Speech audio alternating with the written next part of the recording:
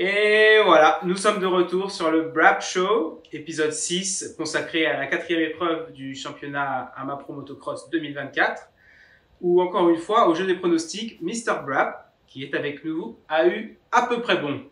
Parce qu'il avait pronostiqué la fin de la série de victoires de Hayden Deegan, chose qu'on a vu ce week-end. Là où il avait faux, c'est que c'est pas Tom Vial qui a détrôné Deegan sur la plus haute marche du podium, c'est bien Ty Masterpool, le remplaçant de chez Pro Circuit, qui a récupéré la moto même pas 2 jours avant la première épreuve du championnat. Donc on va discuter de tout ça. On a pas mal de sujets de conversation. On a eu de belles courses à High Point. Et on a eu aussi quelques news depuis de deux pilotes 250, Austin Forkner et Max Anstie. Donc on va réagir à tout ça. On remercie évidemment, comme à chaque épisode, MGT Design d'être avec nous.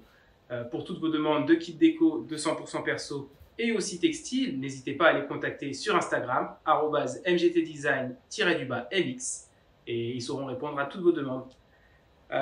Clément, on va commencer par les nouvelles d'Austin Forkner qu'on a eues directement grâce à sa page Instagram.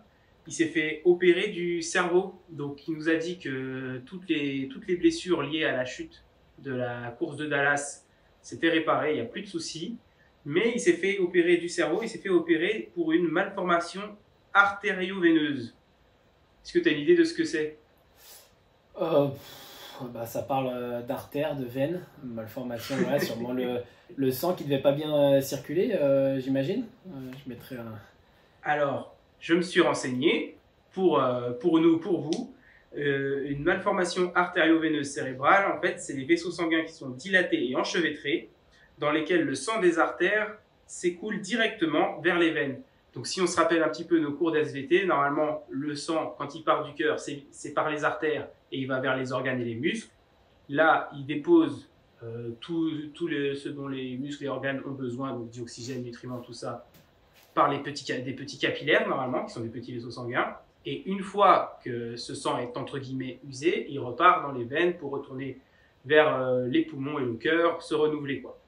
Et donc là, en fait, ça passe pas par les capillaires, c'est directement, ça fait artère-veine.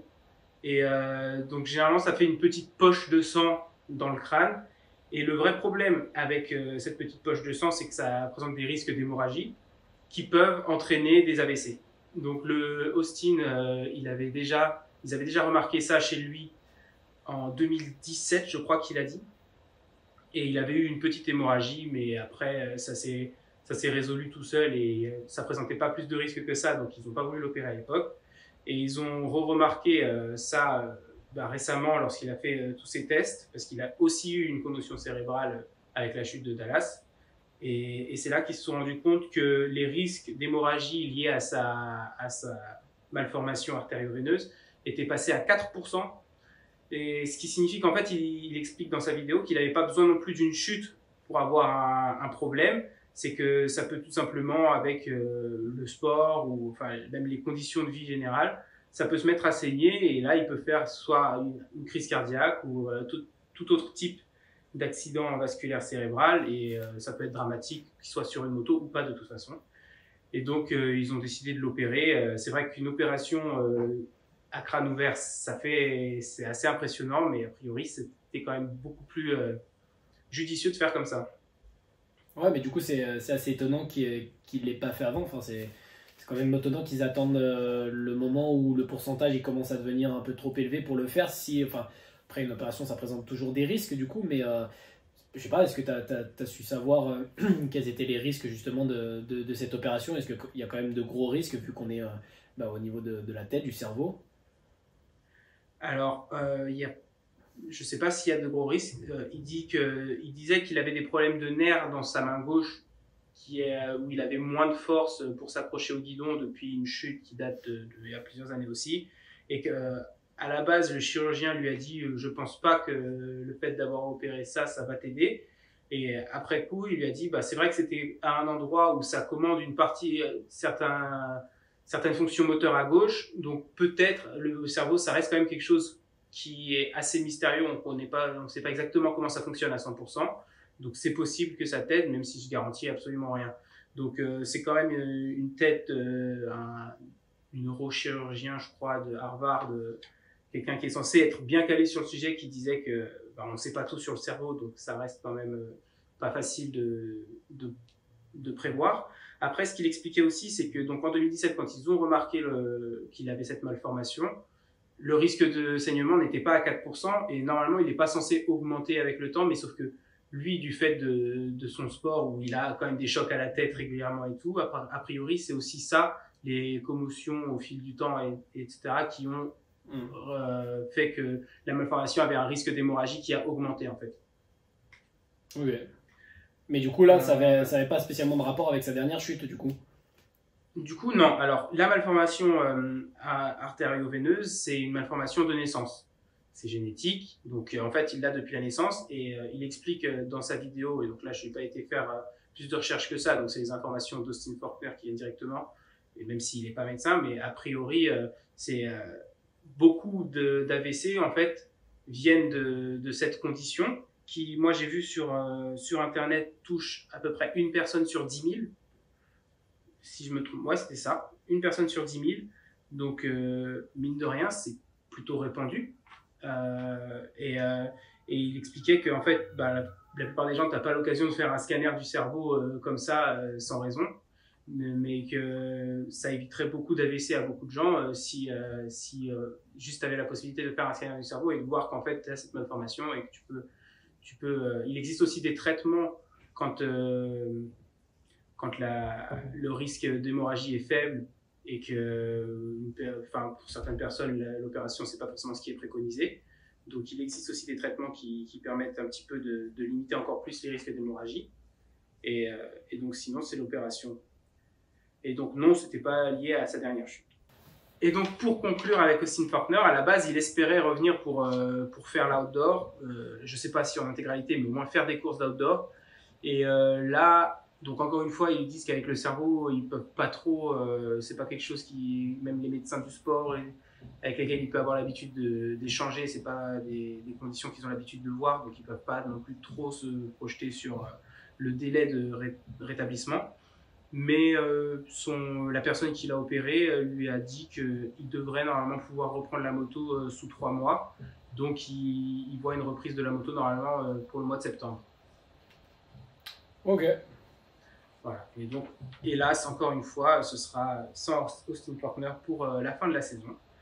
On va enchaîner directement avec petite réaction sur la nouvelle de Max Anstie, qui s'est séparé un petit peu prématurément de son team. Donc Max Anstie et Firepower Honda se sont séparés cette semaine, ainsi qu'avec Honda Australie.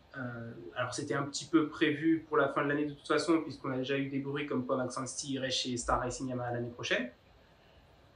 Ah, Star Bluff n'avait pas entendu parler. Non, j'ai pas les infos.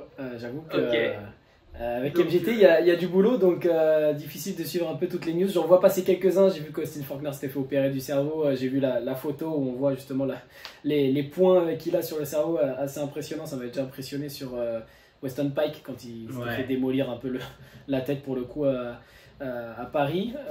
Mais du coup, c'est vrai que lire les articles ou voir un peu tout ça, je vois des bruits, je vois des choses passer, des brives à droite à gauche, mais ça, j'avais pas entendu parler qu'il serait chez Star Racing l'année prochaine en 250. Ouais, toujours en 250, ouais. Oui, donc a priori Star Racing l'année prochaine, il va y avoir pas mal de changements en 250 parce que Jordan Smith part normalement, va chez Triumph. Il récupère Max Anstie chez Star Racing et Pierce Brown aussi, je crois. Il y a des rumeurs comme quoi il va quitter Gas pour aller chez Star Racing aussi. Mais du coup, c'est quoi? Il y a Benick qui saute, il n'y a pas que Smith qui part et il récupère tous ces pilotes là quand même. Alors, il n'y a pas que Smith qui part. Je crois que Romano ne va pas rester. Qui est-ce qu'ils ont d'autres? A priori, ils vont garder que Digan, Benick et Mosiman, je crois. Ah oui, Mosiman aussi d'ailleurs, il est où lui? Alors, Mosiman, je crois qu'il s'est fracturé des cervicales en se préparant pour l'outdoor et que du coup, on ne va pas le revoir avant l'année prochaine, je crois. Il avait déjà disparu de la circulation, lui, à l'intersaison. Oui, il l'a faite l'année dernière, la saison. Je crois que ouais. En Supercross, oui, il a fait une partie, je crois. Ouais. Je sais plus, et puis il il poste pas trop. de l'outdoor. Il poste pas trop sur Insta, donc sur Insta, il est toujours avec Troy Design Gaz là, et tu vois, il n'y a rien. Et il y a juste, genre, peut-être une semaine avant ou 2-3 jours avant qu'il fasse son retour en Supercross là, pour quelques épreuves que tu vois refaire surface, mais tu savais pas ce qu'il avait, s'il était blessé, justement, encore chez Troy Lee ou pas. Aucune. Ouais, c'était bizarre, ouais. Ouais, on savait pas trop. Et puis il a refait apparition, je crois qu'il avait fait la pole en plus, tout confondu. Il était arrivé dans le groupe B Oui. et il avait fait la pole du coup. Ouais, il a apparu comme ça et puis ouais, au final il redisparaît et c'est vrai que pas trop d'infos quoi sur lui. Enfin moi perso j'ai rien vu passer et puis lui il poste rien donc. Ouais, c'est vrai. Non, c'est vrai que il est très très discret, mais donc ouais, il me semble, faut pas me citer là-dessus, mais il me semble que la blessure que j'ai entendue, qu'il s'était fracturé des cervicales. Donc pour en revenir à Max Ensti, c'était a priori l'année prochaine, c'est chez Star Racing. Je pense qu'on s'attendait quand même à le voir sur la Honda pour le SMX. Il faut voir après si, avec juste sa saison de Supercross, il aurait marqué assez de points pour se qualifier pour les playoffs. La raison de la séparation, a priori, c'est que Max Ensti voudrait faire quelques épreuves de motocross en prévision d'une sélection potentielle pour le motocross des nations. Effectivement, c'est vrai que le motocross des nations, ça retourne dans son pays. Donc c'est sûr qu'il aura à cœur d'y participer si la fédération anglaise veut le sélectionner. Probablement qu'il va vouloir les faire sur une 450 aussi, parce que je ne pense pas qu'il fera les nations sur une 250.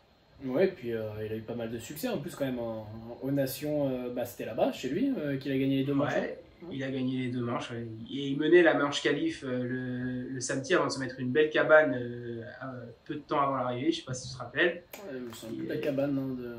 Il a volé sur une table, là, il a atterri, je ne sais plus, mais je me rappelle voir la moto qui fait des pirouettes toute seule. Et oui, sinon il avait gagné ses 2 manches, il me semble, aux nations dans la catégorie MX1, MXGP. Du coup, et oui, est-ce qu'on était en ligne avant de commencer le podcast, et ce que je disais, c'est peut-être même, et alors là je spécule complètement, mais peut-être même qu'en fait Max Ensti il va essayer de faire quelques grands prix plutôt que quelques outdoors. Je sais pas du tout ce que lui il a en tête, mais ouais, je pense que ça fait quand même beaucoup de changements pour faire quelques courses pour éventuellement être sélectionné pour les nations quoi. Pareil, du coup, ce serait quoi sur un team qui est en Europe ou qui fait le championnat du monde, sa moto à lui, enfin genre en tant que privé, ça me paraît peut-être sur une Yamaha parce que ils ont 2 blessés chez Yamaha en MXGP. En fait, oui. Renault et Geertz sont blessés. Je sais pas quand. Je crois pas qu'on va revoir Renault cette année, de ce que j'ai entendu. Peut-être vers la toute fin, mais je suis pas certain. Et Geertz, je ne sais pas du tout quelle est sa blessure et quel est le temps prévu pour qu'il revienne. Mais voilà, donc un peu surprenante la nouvelle de Anstey. Mais donc a priori, une séparation quand même très amicale puisque le boss de chez, je ne sais pas si c'est Firepower ou si c'est Honda Australie, a dit que c'était plus un à bientôt qu'un au revoir. Donc a priori, c'est vraiment dans cette optique-là qui se sont séparés. Est-ce qu'ils se retrouveront ensuite pour le Supercross World Championship en fin d'année? C'est pas sûr. Je crois qu'en plus, les dernières rumeurs concernant le WSX, c'est que ce serait que 450. Donc, je sais pas si Anstey il serait chaud pour ça ou pas. Après, je pense que dans une catégorie, un plateau comme on en a eu en WSX, où c'est quand même, à part Roxen, des seconds couteaux, je pense qu'Anstey il aurait sa place. Peut-être qu'il ne se battrait pas pour le titre, mais des top 5 et podium potentiellement. Bah oui, clairement, parce que c'était qui faisait derrière. Enfin, j'ai Freeze en tête, moi, alors il m'a beaucoup marqué. Ouais, première année, c'est vrai que Freeze il était dans la lutte pour le titre au départ de la dernière manche. Voilà, il m'a un peu marqué avec ses slaloms sur la piste, sur une piste d'ailleurs de BMX, là, super étroite, encore plus étroite que ce qu'on peut retrouver nous en SX Tour, donc, ou même en Arena Cross, je crois, et certaines parties, là, je saurais plus te dire encore quel stade c'était, là, où quand ils allaient dans les coursives, le truc... Ouais, c'était à Abu Dhabi l'année dernière. Ouais, c'est chaud, c'est chaud. Mais bon, oui, donc oui, clairement, il ferait le World Six, il aurait sa place. Ouais, je sais pas. Affaire à suivre en tout cas. Eh ben, on va enchaîner maintenant avec, maintenant qu'on a décortiqué un peu les news de la semaine, on va enchaîner avec la quatrième épreuve du championnat amateur motocross à High Point, avec donc la 300e victoire pour le team Pro Circuit. C'est énorme, c'est plus que n'importe quel autre team. Et la première victoire pour Time Master Pool. Tout à fait. Ouais, Alors là, c'est à toi, Mister Brap. Surpris de la performance de Time Master Pool ou... Ouais, oui, surpris parce que j'aurais pas misé sur lui non plus pour la gagne. Après, c'est pas non plus comme si c'était quelqu'un venu de nulle part qu'on connaissait pas. Enfin, Masterpool, il m'a épaté et beaucoup surpris l'année dernière, surtout en 450, à faire des top 5 en 450 en outdoor, à parfois batailler un peu avec Ferrandis, donc il était légèrement en dessous, mais il bataillait quand même avec, quoi, donc il lui rendait la vie difficile sur la piste. Donc moi, il m'a surtout surpris l'année dernière. Et j'étais content du coup de le voir sur la Pro Circuit, voilà, être dans les meilleures conditions pour faire cet outdoor sur lequel justement il est plus à l'aise sur les terrains d'outdoor. Donc c'était top de le voir dans les meilleures conditions, sûrement bien préparé aussi. Je crois pas qu'il ait eu de blessures avant tout ça. Je l'ai vu aussi pour la première fois en Supercross du coup. Enfin, j'ai fait attention à lui, je pense, parce qu'il m'a marqué en motocross l'année dernière, parce que j'imagine qu'il faisait quand même le Supercross et le motocross les années précédentes, non? Bah, les Master Pool, le Supercross, c'est compliqué quand même. Pendant longtemps, j'entendais dire qu'ils ne trouvaient pas de guidon dans des teams d'usine parce qu'ils étaient forts en motocross mais qu'ils ne voulaient pas faire de Supercross. Donc après, c'est des dires que eux démentaient sur toutes ces dernières années. Mais c'est vrai qu'après, il y a aussi eu beaucoup de blessures ou alors pas vouloir rouler gratuitement forcément. Donc peut-être des problèmes politiques et des pépins physiques qui faisaient qu'ils ne le faisaient pas. Mais Time Master Pool, pour le coup, il a pas fait beaucoup de supercross avant cette année. Et c'est vrai que c'est la première fois qu'on le retrouvait un petit peu visible à la télé, quoi, en tout cas. Ouais. Et bon, du coup, de le voir là aux avant-postes, enfin, faisant top 5 l'année dernière en 450, même s'il n'y avait pas énormément de monde derrière la grille, c'était assez impressionnant. Donc, tu te dis difficilement qu'il va faire moins bien en 250 avec un guidon d'usine. Et voilà, après, même si on sait qu'il y a des pilotes de 450, des pilotes de 250, enfin, qui s'en sortent mieux, voilà, lui, pour le coup, il n'a pas vraiment un gabarit qui fit mieux avec la 450 que la 250. Donc bon, tout était un peu réuni pour se dire, dans le top 5, il y sera. Et pourquoi pas justement aller gratter quelques podiums. Donc de le voir gagner, j'aurais pas forcément misé là-dessus. Mais après, moi, quand je l'ai vu sortir devant, j'étais confiant sur faire son podium, son premier podium éventuellement en 250. Après, de le voir gagner, bon, dans cette chance qu'il a eue, je pense que Digan il tombe sur les deux manches. Alors, non, première manche, il tombe pas, mais il part super mal.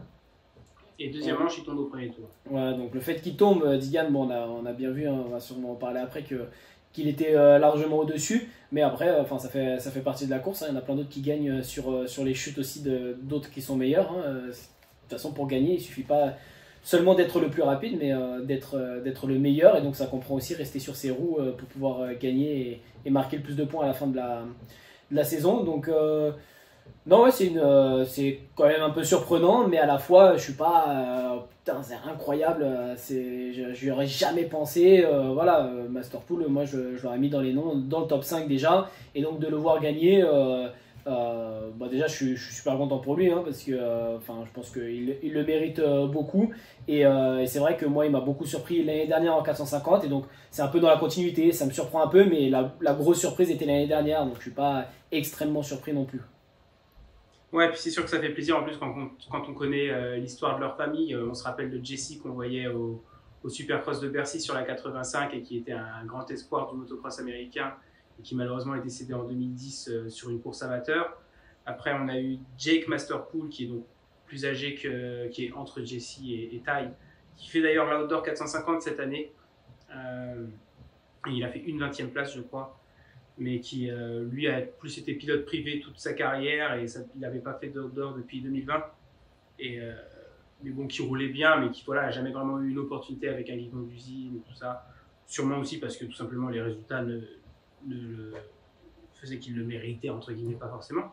Mais ouais, du coup, voir Ty rouler comme il l'a fait l'année dernière en 450, avoir cette opportunité et vraiment en tirer le meilleur parti, c'est super, c'est une belle histoire, quoi. Et, je voulais dire, oui, Ty Masterpool, en plus, du fait qu'il était en 450 et en pilote privé l'année dernière, c'est marrant, en fait, un pilote privé en 450, dans ma tête, il est toujours un peu âgé, entre guillemets, genre, ça va être un mec de 25 ans ou plus, tu vois, dans ma tête. Le mec qui est prêt à aller cravacher en 450 avec une moto un peu moins performante que celle des pilotes d'usine, avec moins de moyens et tout. Et en fait, Ty Masterpool, il a 22 ans.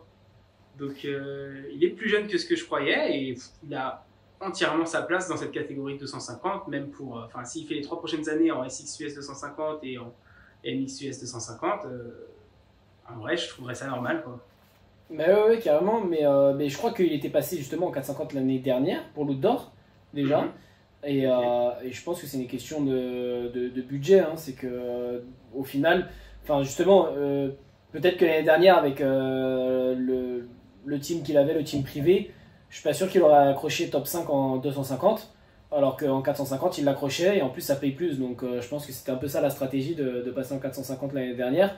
Et en plus, oui, ça a été du coup une belle révélation parce que dans le top 5 450, c'est pas rien. On a beaucoup entendu parler de lui, on l'a vu se battre aux avant-postes, donc montrer une belle vitesse et aussi avec un guidon privé. Donc tu vois, qui m'a beaucoup plus surpris qu'un Ferrandis cette année. Et alors, forcément, Ferrandis, j'avais beaucoup plus d'attentes de lui, même sur un guidon privé, etc. Mais au final, quand tu remets les deux en ordre et que tu regardes, je pense, les résultats. Bah ouais, c'est toujours décevant pour Ferrandis, quoi. Moi j'en reviens toujours, dès qu'on revient à Ferrandis, je suis vraiment déçu, quoi. Enfin bon, en tout cas Masterpool, ouais, belle surprise et bonne chose qu'il ait gagné, quoi.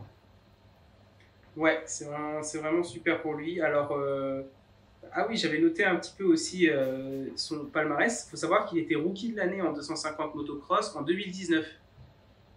Il avait eu l'award de rookie de l'année. Alors après, il faut voir quel autre rookie était dans la catégorie en 2019, je ne sais plus. Et il a fait 8 top 10 en 450. Il est actuellement 6ème du provisoire, 75 points derrière Digan qui est en tête. Tu penses qu'il peut aller grappiller des points au championnat ou c'était juste une victoire, il y aura peut-être une deuxième victoire dans l'année mais ça s'arrête là? Ouais, non, il sera pas un client pour le titre, non, parce que de toute façon, enfin, on l'a vu encore une fois que Digan là est clairement au-dessus. Donc déjà, il y a Digan avant, et après ça, enfin, Vial s'il sort un peu les doigts et qui se met à tourner la poignée, je le place quand même devant. On a Aimas aussi qui roule de mieux en mieux et qui, peut-être que là, les conditions de la piste ou quoi, enfin je sais pas, il était peut-être un peu moins à l'aise, mais je pense qu'on l'a vu quand même au-dessus aussi sur les courses précédentes. Donc non, je le vois, il est 6ème tu dis là du général? Ouais, je le vois, il y a qui devant lui du coup, 4 et 5? Je les ai pas tous, mais ça doit être Kitchen et Shimoda. Ouais, Shimoda aussi. Ouais, donc à la limite, je le vois quand même rentrer dans le top 5 et se batailler justement avec ces gars-là, mais pour même un podium final, moi j'y crois pas trop. Ok. Il a aussi dit que il était blessé a priori, il s'est blessé en fin d'année dernière.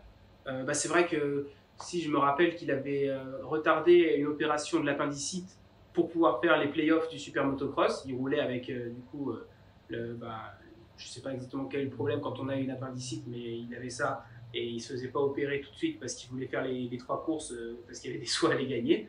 Donc je crois qu'il s'est fait opérer après, il y a eu de la rémission et tout. Il disait que pendant la conférence de presse qu'il n'a pas eu de bootcamp et de grosses préparations et qu'il est aussi un petit peu obligé de faire sa condition au fur et à mesure des courses, quoi.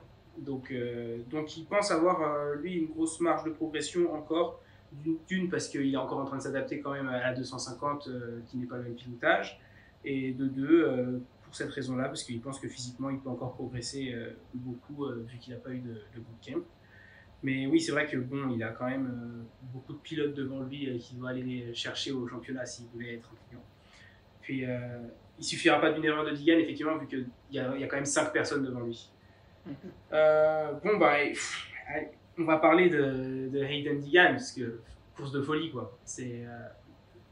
Moi, c'est vrai que, comme beaucoup de gens, en fait, le personnage, ce qu'il raconte, les grands gestes et tout, ça me déplaît même pas parce qu'en vrai ça me divertit, même les interviews sur le podium et tout, honnêtement ça me divertit donc ça me dérange pas. Je trouve pas que c'est un gros abruti dans ce qu'il dit non plus, je trouve que des fois, oui, peut-être qu'il taquine un petit peu trop fort la concurrence ou quoi, mais je trouve que c'est jamais vraiment méchant non plus. Même l'année dernière, quand il faisait des commentaires vis-à-vis d'Hunter, comme quoi lui, il était là pour représenter l'Amérique sur le territoire américain, etc. Bon, moi, je suis pas immigré aux États-Unis, donc ça me piquait pas. Je trouvais ça plus marrant qu'autre chose. Et enfin, le pilotage, par contre, tu peux être que admiratif d'un mec qui s'arrache comme ça à chaque instant de la course, toutes les courses, quoi. Ouais, ouais, c'est sûr que non, le personnage, moi, ben, je suis plus partisan d'être humble, tu vois, enfin, j'en parle souvent justement que j'apprécie beaucoup Sexton parce que il n'y a pas un mot plus haut que l'autre et il va bosser pour être devant, pour gagner, etc. Et puis même quand il y est, enfin, je veux dire, il reste à sa place, quoi. Que le Digan, non, il s'était calmé en Supercross parce que je pense, au début, il s'attendait à être devant, à être dans la position dans laquelle il est là actuellement en outdoor. Je pense qu'il s'attendait à être dans la même position en Supercross. Au final, il n'y a pas été, donc il a rabaissé un peu son caquet quand il s'est rendu compte que le titre n'allait pas être pour lui. Que probablement, comme on en avait discuté, peut-être que ça avait changé un peu d'état d'esprit en se disant, mais limite, tant mieux que tu le gagnes pas cette année, on a plus de temps, 250, t'es jeune, etc. Il avait changé un peu de mindset à ce niveau-là. Donc j'apprécie un peu plus le personnage qui félicitait même, voilà, Tom, il a bien roulé et tout. Là, enfin voilà, il était beaucoup plus.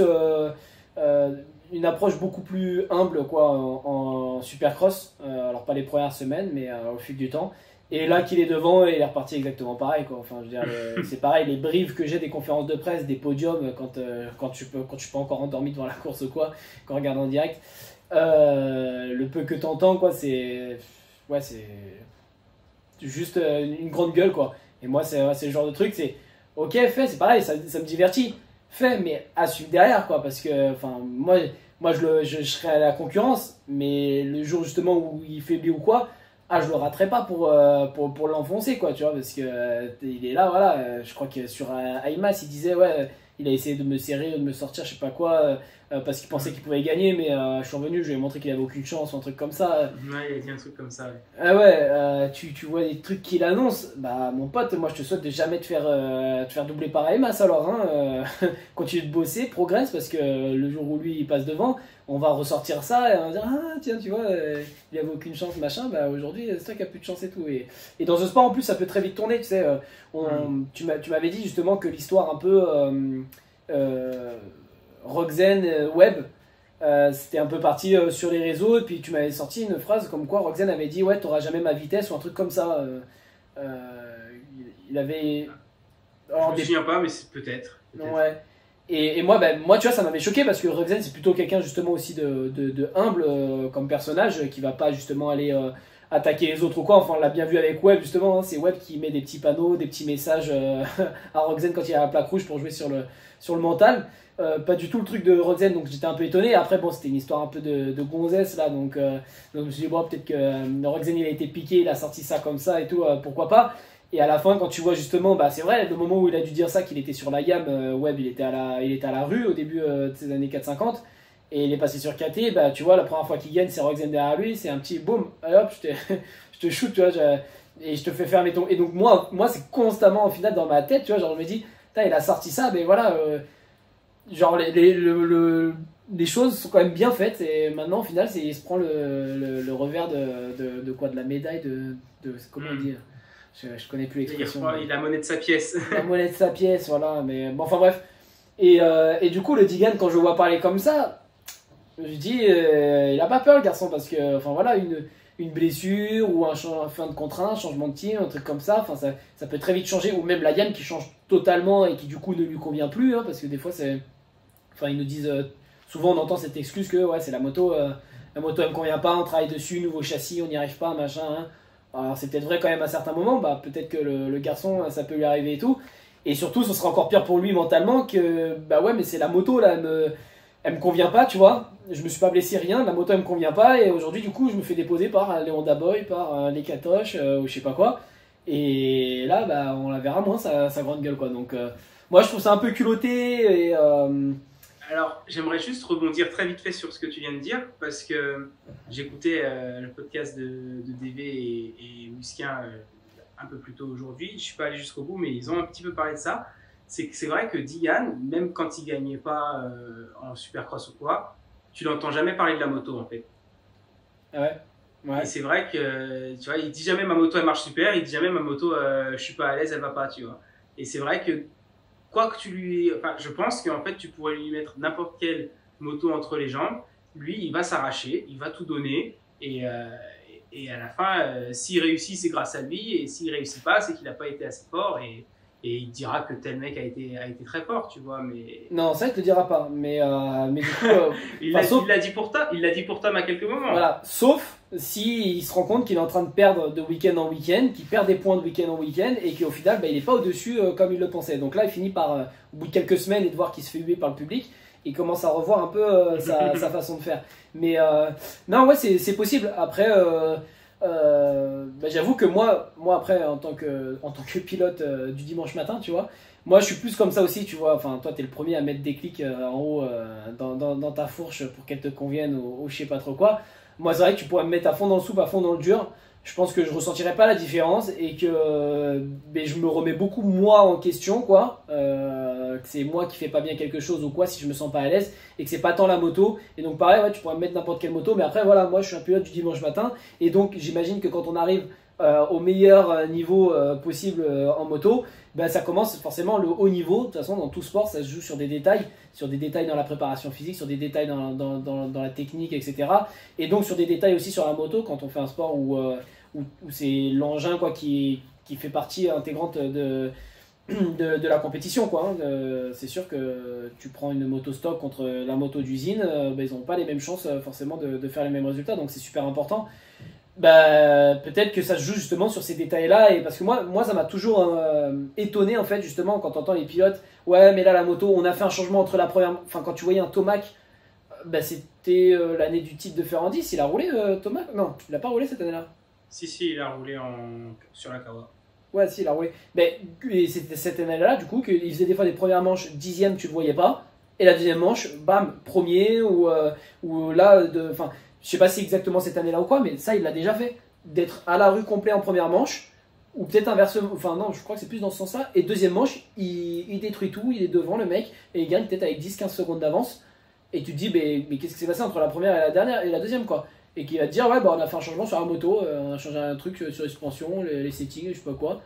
Tu te dis, mais comment c'est possible que ça te fasse changer de 10? Alors après, il y a tout ce qui s'ensuit avec, c'est aussi très mental, je pense. On a fait un changement, là ça va peut-être mieux me convenir, je prends un bon départ, donc forcément ça me... Voilà, et tout ça réuni, eux ils te le simplifient en disant, on a fait des changements sur la moto, du coup c'est magique, je me sentais super bien, j'ai pu pousser, etc. Mais effectivement, je pense qu'il y a beaucoup d'autres aspects qui entrent en jeu à ce moment-là. Mais moi du coup, quand je les entendais sur le podium dire des trucs comme ça, c'est bon, arrêtez les gars, foutez de moi quoi. Me dites pas que vous allez mettre 3 clics dans la suspension ou changer une rondelle et d'un seul coup vous allez gagner 3 secondes autour et vous allez niquer tout le monde. Après, généralement, quand ils disent qu'ils font des changements entre deux manches, c'est pas juste des clics, ils changent des trucs. Bah, des fois ils changent, ouais, des fois ils changent carrément l'amortisseur et tout, ou ils changent des gros trucs, mais bon. Ou tu vois, Sexton ce week-end, il te fait glisser un peu la fourche parce qu'il trouvait que parce qu'elle était plus haute pour le side lap, ça lui a pas plu, il a voulu redescendre l'avant de la moto et il a fait glisser un petit peu la fourche juste avant le départ. Mais ouais, puis Thomas, tu vois, il a toujours dit que s'il se sentait pas à l'aise, il allait pas pousser de toute façon. Et que c'était pour ça que parfois on le voyait gagner un supercross et le week-end d'après finir 13e alors qu'il n'était même pas tombé ou qu'il avait fait une toute petite chute, quoi. Donc, ouais, après, tu as des pilotes qui sont plus prêts, je pense, à aller pousser dans l'inconfort que d'autres qui voient plus le danger. Et bah, c'est un peu ce qu'on disait aussi avec Jet à Hangtown, quoi. C'est que tu en as qui voient plus le danger que d'autres et qui du coup vont aller prendre moins de risques. Ouais. Mais ouais, en tout cas, Digan, respect. Puis alors le seul mec qui le bat ce week-end, c'est un mec qui est super loin au championnat, donc il continue d'apprendre son avance sur le deuxième, le troisième, le quatrième et le cinquième.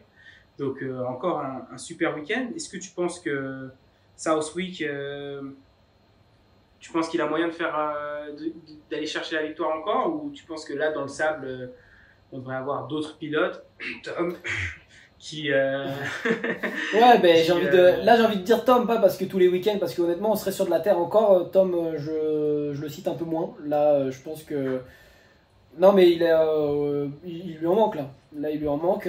C'est pas juste ce week-end-là, je me sentais pas bien, les réglages de la moto, je sais pas. Enfin, il manque quelque chose là en vitesse, il manque quelque chose. Il y a d'autres week-ends où il a réussi à l'accrocher. Enfin, mais bon, c'était toujours, tu voyais que voilà, lui, il sortait un peu de sa zone de confort.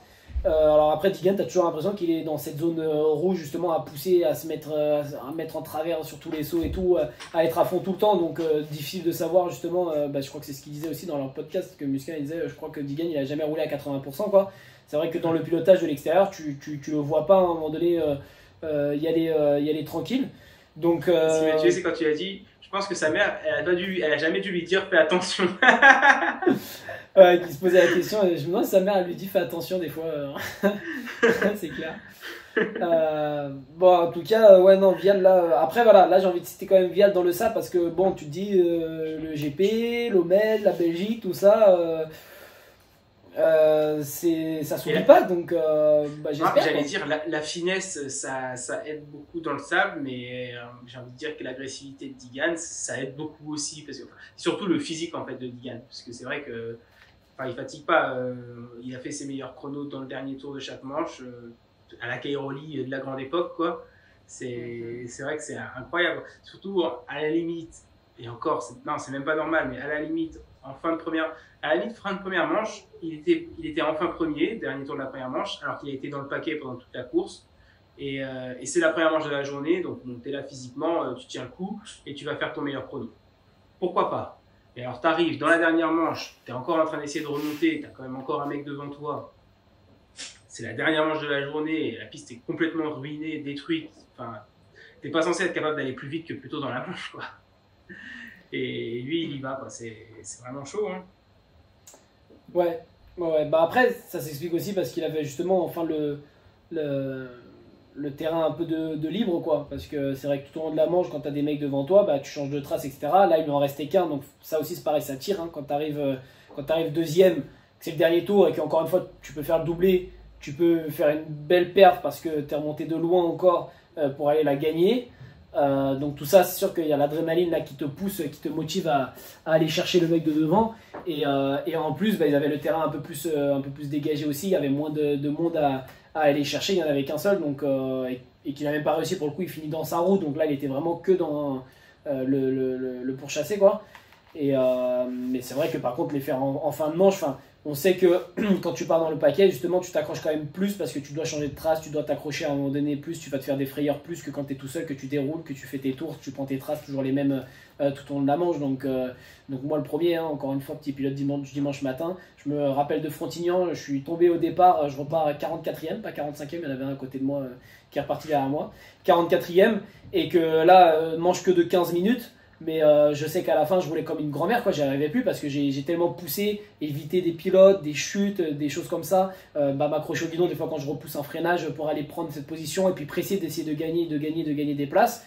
Au final, à la fin, je roulais comme une grand-mère. Les temps, pour le coup, ils étaient dégueux. Donc, même si moi, à la fin, j'avais aussi sûrement la piste un peu plus dégagée quand les écarts se sont faits, etc. C'est pas là que je sortais mes meilleurs tours parce que je me suis plus accroché avant à devoir slalomer entre les gars, etc. Donc ça reste quand même surprenant de le faire dans le dernier tour. C'est sûr que la condition physique elle est là, et puis que encore une fois, ouais, ce week-end là il était quand même bien au-dessus et il l'a montré, quoi. Ouais, puis là où c'est surprenant pour Indigan, c'est qu'il ait cette rage de vaincre un peu entre guillemets. Enfin voilà, il est vraiment il lâche jamais, et pourtant c'est pas, tu vois, c'est un mec qui a grandi riche en fait. Genre son père, il a gagné une course de SX, il a gagné des thunes en faisant du motocross, il a fait du freestyle à super haut niveau, et l'argent ça a jamais été un problème pour eux. Enfin, j'ai pas envie de dire que tout ce qu'il voulait il l'avait, parce que je sais pas comment il a été éduqué, et clairement il a pas dû être éduqué avec une cuillère en argent dans la bouche non plus, vu sa mentalité sur le terrain.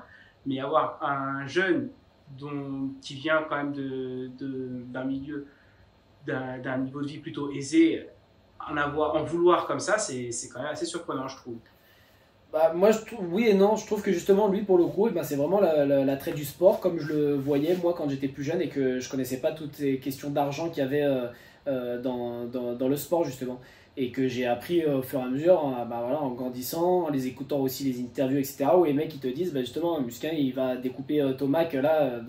Alors, encore une fois, je ne saurais pas te citer où, ni quelle année, j'ai plus en tête là, qui va le découper dans le dernier tour et qui dit, ouais, bah, si c'est Foxborough, non? C'est pas ça? Ça doit être Foxborough ou East Rutherford, parce qu'ils alternent à chaque fois entre Ouais. les deux. Peut-être que c'est Foxborough et c'est 2018.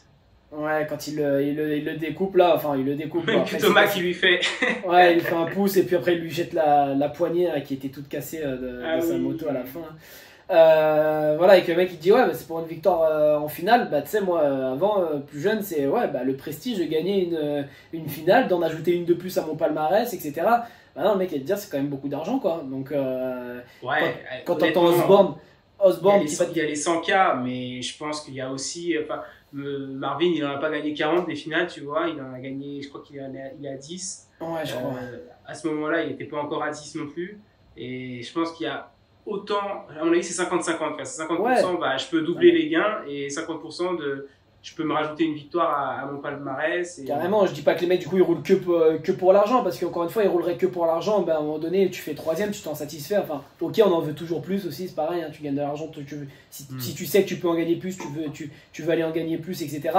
Mais évidemment qu'il y a aussi, t'es obligé d'avoir cette envie de gagner quoi, dans le sport tout simplement, et que c'est pas juste l'argent ta seule motivation, parce que enfin encore une fois pour arriver à ce niveau là, eh ben, avant il faut en avoir dépensé des sous, donc bon, tu réfléchis à deux fois. Si c'est juste te dire ah j'ai envie de gagner beaucoup d'argent, bah tu revois un peu ta façon de faire. Je pense pas que c'est dans le motocross que tu vas te la donner. Pour des mecs moyens comme nous, oui, les pilotes de motocross qui gagnent, ils gagnent beaucoup d'argent. Mais en tant que sportif, si ton but c'est d'être riche plus tard, tu as des sports quand même moins dangereux qui payent mieux. Bah c'est ça. Et puis je te dis, tu revois la stratégie, tu vas peut-être aller bosser un peu plus et puis investir tes sous dans autre chose que de te la donner dans le motocross, alors que bon, gagner c'est pas ce qui te plaît le plus, le sport non plus, juste une histoire d'argent, donc forcément. Mais non, je pense que du coup pour Digan, ben, lui c'est plus justement, il a été élevé avec l'envie de gagner, d'être premier, d'être meilleur. Avant que ce soit une question d'argent, avant de devoir gagner de l'argent, tu vois. Et je pense pas que du coup, lui, dans sa tête, ça a pu l'être peut-être comme les Lorenz, où le père a tout vendu pour qu'il puisse rouler. Les Conan, où le père, il vend l'entreprise pour avoir les sous et les faire rentrer dans des team-usines. Où eux, forcément, ça reste dans une dimension de leur tête et ils se disent, bah alors déjà, faut que j'ai envie de réussir, oui, parce que j'ai envie de gagner, j'ai envie d'avoir tout ce qu'il y a autour d'un sportif de haut niveau qui est au top, etc. Mais il y a aussi l'aspect, je pense, on a dépensé voilà les ronds, et à un moment donné, bah déjà pour mon père, peut-être j'essaie de lui rendre la monnaie de sa pièce. Putain, l'expression, yes. Et puis surtout, j'ai pas le choix, en fait. J'ai pas le choix que de réussir aussi, maintenant, parce que si on échoue, on n'a plus de vie, limite, quoi. Bah voilà, c'est ça, c'est que là, on va se retrouver vraiment dans la merde, quoi. Apparemment, j'ai pas entendu ça directement de lui, mais il y avait une phrase Grant Langston avait raconté qu'une fois ça se passait pas bien quand il était en championnat du monde en Europe, il y arrivait pas et tout, et il a dit à son père c'est bon, j'y arrive pas, je veux rentrer à la maison. Et son père il a dit mais on n'a plus de maison à laquelle rentrer, on a tout vendu pour venir là, donc maintenant on roule quoi. Donc ouais, c'est sûr que donc ces gars-là, oui, la même urgence, je pense que l'argent du coup c'est quand même une motivation, et du coup c'est fort dans un coin de leur tête, et donc peut-être qu'un gars comme ça qui au final, enfin, et c'est pareil, c'est ceux pour qui c'est dans un coin de leur tête, c'est justement les familles qui ont dû sacrifier beaucoup pour qu'ils arrivent à ce niveau-là. Donc en quelque sorte c'est logique qu'il l'ait encore dans la tête. Pour celui qui est aisé et justement qui va réussir, je pense que lui il est pas tant au niveau de l'argent. Après il y a quand même cette satisfaction de oui, on est dans un milieu aisé, mes parents ils sont blindés, mais j'ai envie de faire les choses par moi-même aussi. Enfin, j'ai pas envie de me reposer sur le matelas de mes parents et moi de rien faire de ma vie. Enfin voilà, et je pense que d'un point de vue personnel aussi, il y a cette volonté de réussir par soi-même et de faire les choses par soi-même et de ne rien devoir entre guillemets à personne, quoi. Mais lui, je pense qu'il y a vraiment par contre une éducation autour de l'envie de gagner, parce que quand il était plus jeune justement, Enfin, moi, je me souviens quand je le regardais en 85, des vidéos déjà sur YouTube où il le disait, il rentrait de l'école, son père allait le chercher avec le pick-up et la moto chargée, et après l'école, ils allaient rouler, les gars, donc ils allaient s'entraîner. Donc déjà là, tu vois, là, il n'y a pas de question d'argent en amateur à ce niveau-là, etc.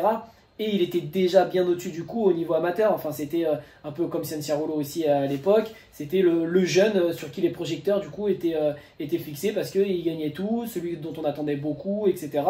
Et qui faisait beaucoup de parler de lui aussi sur les réseaux. Enfin, faire un backflip à 10 ans, etc. Forcément. Et tu vois, voilà, pareil, ça c'est c'est l'éducation. Et aujourd'hui, quels parents feraient faire un backflip à leur fils de 10 ans aussi. Donc je pense que c'est vraiment dans l'éducation et l'envie déjà de gagner là d'un point de vue des courses, mais aussi je suis pas persuadé, je rejoins Musquin, je suis pas persuadé qu'à la mer, bon, tu fais attention,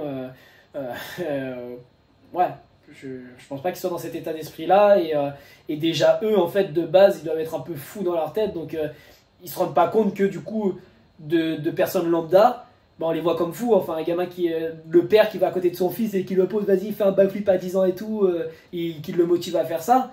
Ben, il y en a, ils doivent se dire, mais irresponsable, complètement barjot, le daron, ils doivent le prendre comme ça. Et je pense que lui, de l'intérieur, il se dit pas, ouais, on est fou et tout, trop bien. C'est juste que lui, il devait lui manquer une case aussi pour, déjà, en tant que personne, tu vois, justement, il devait débrancher grand nombre de fois. Enfin, s'il s'est mis dans le freestyle et tout, enfin, pour moi, les freestylers, ils ont quand même un branchement au moins dans le cerveau pour aller se lancer à je sais pas combien de mètres de haut et faire des figures. Donc tu vois que le père déjà, voilà, dans sa tête c'est comme ça, et donc ses enfants il les a élevés comme ça, et je pense que dans sa tête à Digan, voilà, lui il n'y a même pas de question d'argent là, c'est juste tous les tuer, et tu le vois dans ses interviews quoi, ouais, il a essayé de me serrer, de me sortir pour gagner, ben je suis revenu, je lui ai montré qu'il avait aucune chance, machin, enfin c'est que ça, c'est pas juste je viens, j'ai pris mon chèque, voilà, je gagne le championnat pour mon chèque et tout, non, c'est je viens et j'appuie, je vous montre, regardez, je vous écrase tous quoi. Ouais, non, je pense que Digan il se fait kiffer et puis il comptera les ronds à la fin de sa carrière et il en profitera après. C'est ça.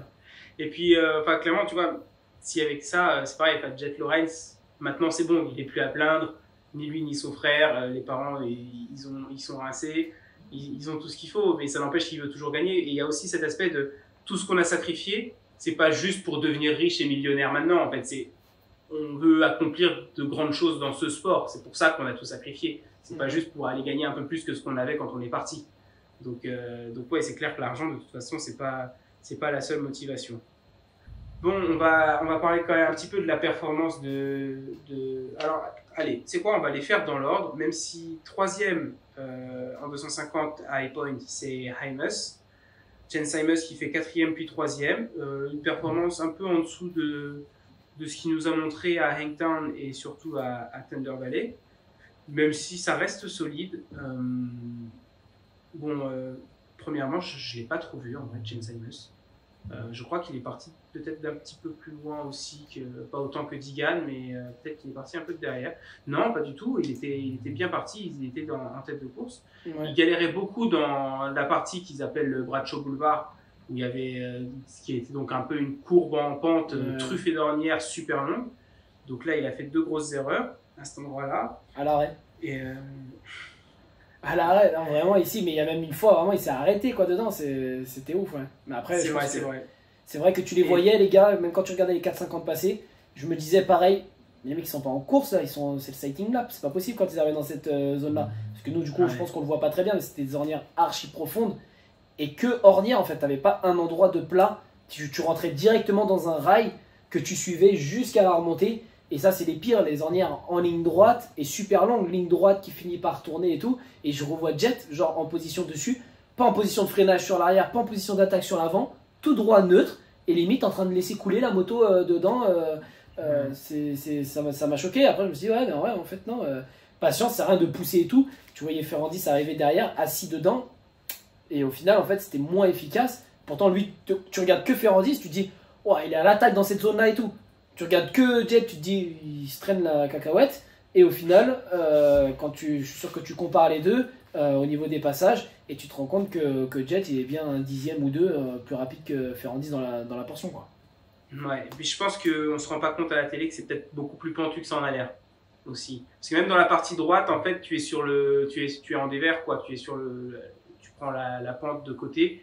Donc, tu n'es même pas dans une ornière sur un terrain nivelé droit, quoi. Tu es sur la pente, donc ta moto, elle va quand même appuyer dedans. Ça doit pas être évident à négocier. Puis ça avait l'air, en plus, surtout en première manche, ça avait l'air encore très mou. En plus d'être très profond, mais aussi très mou, quoi. Ouais. Donc ouais, Aimas, il fait 2 erreurs ici. Il se fait doubler du coup par, si je me souviens bien, Masterpool et Shimoda. Et ensuite, plus tard dans la manche, il se fait doubler par Digan. Ouais. Et ouais, il a eu du mal à trouver les bonnes trajectoires et à les adapter au fil de la manche. Quatrième, c'est Shimoda qui montre un peu les mêmes signes de vie que la semaine dernière à Thunder Valley, je trouve. Troisième de la première manche, c'est correct. Et puis cinquième de la deuxième, je ne l'ai pas vu en deuxième manche, Shimoda. De toute façon, en ce moment, Shimoda, c'est vraiment en fonction du départ, j'ai l'impression en fait. Ouais, puis c'est ce qu'il dit, je crois qu'il a essayé de bosser là-dessus justement avec le team, de mieux partir, quoi. Mais ouais, j'ai pas de mots. Je me demande comment est-ce que les mecs ils bossent les départs, tu vois, parce que je me suis déjà entraîné entre guillemets au départ, mais bon, j'en fais 3-4 pour trouver le régime moteur et pour trouver comment lâcher mon embrayage et de sorte à pas cabrer, pas glisser et tout ça, et pas non plus faire quand je pars. Et puis une fois que j'ai trouvé ça. Ensuite, pour moi, tout se passe au temps de réaction et au passage de ta vitesse en sortant de la grille, quoi. Mais ouais, mais c'est comment est-ce que tu bosses les départs cette semaine pour Shimoda et en plus tu reviens à 0 résultat quand tu arrives au terrain à la course après, quoi. Mais il fait combien en première manche? Il fait 3e en première manche. Ouais, c'est là qu'il a dit justement que, je crois dans son interview, que justement ils avaient pas mal bossé les départs et que du coup c'était un peu mieux. Mais enfin bon, mais je pense que eux c'est beaucoup lié avec la façon dont ils développent le moteur en fait. Et donc je pense que quand ils travaillent les départs avec le team, c'est que du coup ils font ces réglages moteurs aussi sur la puissance que va délivrer la moto au départ. Enfin tu vois qu'ils choisissent les pneus par rapport au départ. Donc je pense que aussi ils développent le moteur, ils le mettent d'une certaine façon pour le départ. Mais du coup, je pense que pour eux travailler les départs, c'est trouver la bonne config pour le départ. Mais du coup, la config que j'ai trouvée pour le départ, ouais, ça marche super. Mais est-ce que ça marche sur le reste du circuit? Parce que du coup, faut pas négliger. Et donc au final, je pense que non, mais de toute façon, ils utilisent même pas la même map pour le départ et le reste du circuit. Et donc en plus, voilà, s'ils n'utilisent pas la même map, en fait, c'est juste développer la map. Départ, ouais, c'est juste développer la map de départ. Et parce que ce qui est dur aussi, alors lui, pour le coup, il s'entraîne avec les frères Lawrence ou pas, Shimoda? Non, Shimoda, il s'entraîne pas avec les frères Lawrence. Il s'entraîne tout seul? Bonne question. Où est-ce que s'entraîne Joe Shimoda? Je sais pas s'il est en Californie ou s'il est quand même en Floride aussi. Je saurais pas te dire. En tout cas, quand tu es tout seul, moi je prends que des bons départs quand je suis tout seul. Et puis en course, j'ai jamais fait un shot de ma vie. Donc c'est pareil, c'est qu'ils vont chercher des trucs, ils vont travailler sur des maps, etc. Mais à la fin, si t'as personne aussi avec qui te frotter quoi, pour le départ, tu sais pas réellement où tu en es. Et donc je pense que eux, oui, ils développent vachement la map de départ. Parce que oui, la technique reste plus ou moins la même. Et à la fois, je pense que si tu changes ta map de départ aussi, bah, le lâcher d'embrayage, il va pas être le même. Peut-être que tu vas le retenir plus ou moins. En fonction de la texture que tu as au sol aussi, pareil, tu vas le retenir plus ou moins. Et donc ensuite, adapter le régime moteur, la puissance à délivrer, en fonction de la map qu'on aura mis, ou adapter la map en fonction du régime moteur. Enfin bon, les deux vont ensemble. Et je pense que ouais, il y a quand même beaucoup de choses à faire pour eux, le départ. Contrairement à ce que peut penser même quelqu'un de complètement extérieur et qui pense que tu mets le truc à fond, tu lâches tout d'un coup et tu te mets sur l'avant pour éviter de cabrer, c'est comme ça que ça marche. Alors qu'en réalité, non, tu as déjà aller au point de patinage et puis le lâcher d'embrayage qui se fait pas juste paf, je lâche tout d'un coup et je mets à fond. Enfin, tu vois, tu fais ça sur un 125 par exemple, et c'est comme ça ton départ. Donc ça se fait pas juste comme ça un départ. Le passage de la deuxième aussi, le régime moteur, et ça tu le vois justement qui développe les maps. Enfin, qui travaille vachement là-dessus, parce que je sais pas si tu as déjà vu un départ de Romain Fèvre. Régime moteur derrière la grille. Alors, je ne sais pas combien il y a de tours par minute quand la moto est au rupteur, mais bon, lui, il a un régime moteur très bas. Et comme ça. Et alors là, quand il lâche, tu sens qu'il y a les watts qui se délivrent et tout, que le truc il se met en marche. Mais il est super bas son régime moteur. Donc tu vois, c'est que eux, c'est sûr qu'ils n'ont pas la même map que. Je sais pas, un Digan, bon après c'est en 250, mais t'entends la moto comme ça, qui est déjà. qui tousse quoi. Ouais. Qui en peut plus. Après, peut-être qu'il faudrait arrêter de bosser les départs et plus bosser les dépassements, quoi. En même temps, quand déjà tu sais que les gars ils choisissent les pneus par rapport à la ligne de départ, ouais, on a compris quoi. Le Shimoda qui finit 3ème de la première manche, il a pas honte de dire qu'il a bossé les départs cette semaine quand il vient de se faire battre par Digan qui est parti 25ème. C'est clair. Non, mais non, ça c'est sûr. Moi je trouve qu'ils en mettent beaucoup sur le départ. Enfin, justement, tu as une portion du circuit qui est beaucoup RC, etc. Donc ils vont te mettre les pneus sable ou le nouveau Dunlop pour ceci, pour cela, pour le départ. Bah ouais, mais enfin bon, le départ, je veux bien que ça fasse un gros pourcentage de ta course. Et encore, il y en a certains qui te démontrent que non. Mais tu as aussi quand même le reste du pourcentage et le reste de la piste sur lequel tu passes 30 minutes quoi, déjà à rouler. Quoi. Donc en 30 minutes, tu as le temps d'en faire des choses. Donc moi, ça m'étonne qu'ils mettent vraiment ouais, autant de choses au départ. Après, c'est vrai qu'encore une fois, c'est le haut niveau et qu'un bon départ, ça aide. C'est sûr que ça aide. Après... c'est pareil, Digan, enfin je veux dire, il le fera pas tout le temps. On a vu Sexton le faire, Sexton ne le fera pas tout le temps. Là, il est parti avec les gars. Bon, il y a la chute et tout, on en parlait tout ça, mais ça n'empêche qu'il n'était pas largement au-dessus. Et je pense que s'il était parti premier, la fois où il est parti dernier parce qu'il est tombé au départ, il partait premier, il gagnait avec je sais pas combien de secondes d'avance, tu vois. Donc, ouais, et en même temps, il aurait pas fait la même manche. Il aurait pas roulé oui, il aurait pas, voilà, il aurait pas eu la même détermination, etc. Et tu gères un peu plus. Mais ça n'empêche que d'un week-end sur l'autre, d'un terrain à l'autre, d'une forme physique à un autre, il y a tellement d'éléments qui viennent influencer la performance du sportif que je suis pas persuadé qu'un Digan ouais, il refasse ça, il soit au-dessus du lot comme ça à chaque fois. Donc je suis pas persuadé que si tous les week-ends tu fais partir 25, il ira gagner les deux manches ou il sera en tout cas en position d'aller les gagner. Quoi. Ouais. Bah, c'est vrai que, enfin tu vois... un terrain truffé d'ornières comme ça, je pensais pas qu'il serait au-dessus du lot à ce point. J'aurais pensé que c'est un terrain qui nécessitait un peu plus de finesse dans le pilotage que ce qu'il a l'habitude de nous proposer et que son style de pilotage l'aiderait pas autant. Quoi. Ouais. Et du coup, 5ème du général, coucou toi, 5ème du général, c'est Tom Vial qui fait 8ème de la première manche et 4ème de la deuxième. Et bon, bah, en première manche, de toute façon, on l'a pas vu, Tom. Je sais même pas où il était, je sais pas ce qu'il a fait. Alors, il a dit que la moto, ça lui allait pas du tout, les réglages, qu'il avait peur de prendre les descentes, etc. Et deuxième manche, ça allait mieux. Il était en tête et il nous a fait une petite chute. Alors, moi, j'ai une théorie. C'est qu'il s'est trop entraîné avec Sexton et qu'il devient comme lui. Ouais, la chute elle ressemble un peu hein, devant là et perdre l'avant comme ça. En plus, on voit de loin, difficile d'analyser un peu la chute, mais c'est vrai que ça arrivait assez subitement à l'atterrissage du double là. Mais c'est surtout que, enfin, justement, il avait l'air bien, à l'aise et tout. Moi, ce que je comprends pas, c'est que tu chutes d'accord, mais tu repars et tu finis 4 quoi. Donc, Ouais. ouais, je sais pas si ça l'a refroidi, si c'est fait un peu peur dessus ou quoi, mais c'est vrai que c'est un peu bleu. C'est vrai que c'est un peu décevant le résultat, le week-end de manière générale, et que là, bah, je pense qu'il faut s'affoler un petit peu, quoi. Ouais, il faudrait effectivement s'affoler parce que non, j'ai pas noté combien de points derrière il est, mais je crois qu'il est plus de 30 points derrière Diane là, pareil. Ouais, il me semble. 38, j'avais lu. Bah, j'allais dire 38. Ouais. Et là où il s'est peut-être fait peur, c'est plus tard quand il se fait doubler par Digan et qu'il essaye de résister et qu'il se retrouve en Superman dans la petite montée juste avant la portion où il est tombé après. Quoi. Ouais, là c'est pareil, j'ai vu un peu catastrophe.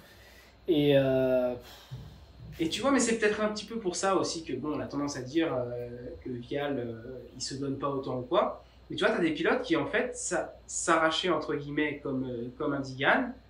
C'est comme un peu rouler agressif et aller au contact. C'est pas donné à tous les pilotes. Tu as des pilotes qui savent le faire, comme Barcia. Puis tu en as d'autres qui savent pas le faire, comme Roxen. Et peut-être que, tu vois, un Vial, bah, quand il veut se donner un petit peu plus pour essayer de garder une position et se mettre dans le rouge, bah au final ça mène tout le temps à des erreurs comme ça et c'est pas qu'il n'y arrive pas quoi. C'est pas qu'ils savent pas le faire parce que la maîtrise de la moto ils l'ont, enfin tu vois un Vial, un Roxen ils sont peut-être même beaucoup plus techniques qu'un Barcia donc la maîtrise de la moto ils l'ont hein, pour aller se positionner comme il faut, mettre un petit coup, se gainer et mettre voilà, un petit coup d'épaule. C'est juste qu'ils ont peur et enfin et qui sont trop gentils. Rogzen, c'est ça, c'est que lui, il veut dépasser tout le monde à la régulière, et il veut pas aller au contact, il veut d'embrouiller avec personne, tu vois, le garçon, il est gentil, c'est dans sa nature. Mais sauf que, bah, à un moment donné, faut y aller, quoi. Il y a des fois où il faut, quand tu as à peu près le même rythme que le gars devant, si tu vas pas te positionner et que tu vas pas, hop, te servir de ce moment-là où c'était opportun pour aller mettre un petit coup sans forcément aller mettre par terre ou quoi, bah tu l'auras pas et tu finis deuxième. Donc tu te dis, ah, c'est frustrant parce que j'étais bien, je roulais vite, j'avais la vitesse, j'avais ce qu'il fallait, j'aurais pu. Bah ouais, mais et parfois, bah tu vois, un mec comme Barcia qui va être un peu en dessous, il va être capable d'aller gagner des manches ou de finir devant un mec qui était beaucoup plus rapide derrière lui parce qu'il va fermer la porte, parce que tu m'as doublé dans une section, mais si tu fermes pas l'intérieur à la prochaine, bah t'es sûr que je serai là derrière toi. Et moi, Barcia, c'est des trucs qui m'impressionnaient, c'est qu'il se fait doubler à la régulière, donc on lui montre, tiens, je te mets une gifle, t'as pas la vitesse. Mais lui, rien à faire, j'ai pas la vitesse, m'en fous, moi je te bloque. Et le mec, il serait content de gagner juste en te bloquant. Il sait que le mec, il était super rapide derrière et bam, je te bloque, boum, je te fous un coup, je te sors, hop, comme ça, hop. À la fin, j'ai gagné et yes, alors que j'étais 2 secondes moins rapide, tu vois. Mais je l'ai juste super bien bloqué, j'ai réussi à rester devant. Et il serait super content à gagner comme ça. Je pense que.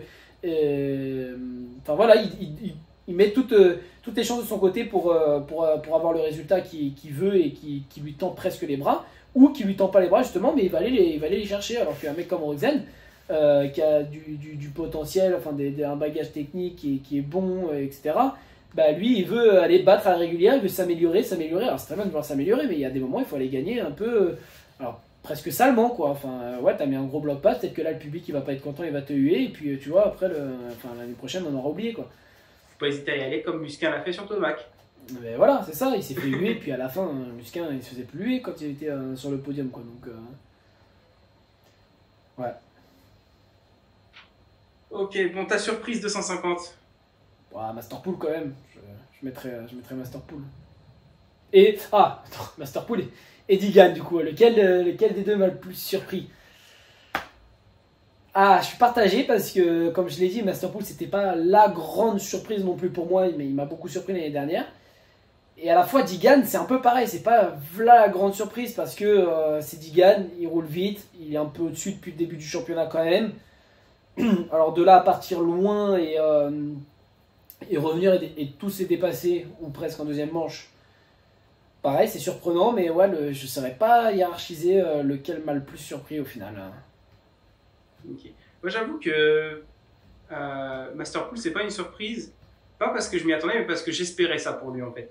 Quand j'ai vu qu'il allait sur la Kawa Pro Circuit et tout, je me suis pas dit, oh, il peut gagner des courses, tu vois, mais je me suis dit, ce serait vraiment cool que du coup il soit encore un cran au-dessus de ce qu'il était l'année dernière en 450, parce que là il redescend, il est sur une moto, une des top motos du plateau, donc je me suis dit, s'il pouvait être un candidat au podium régulièrement, déjà ce serait hyper cool.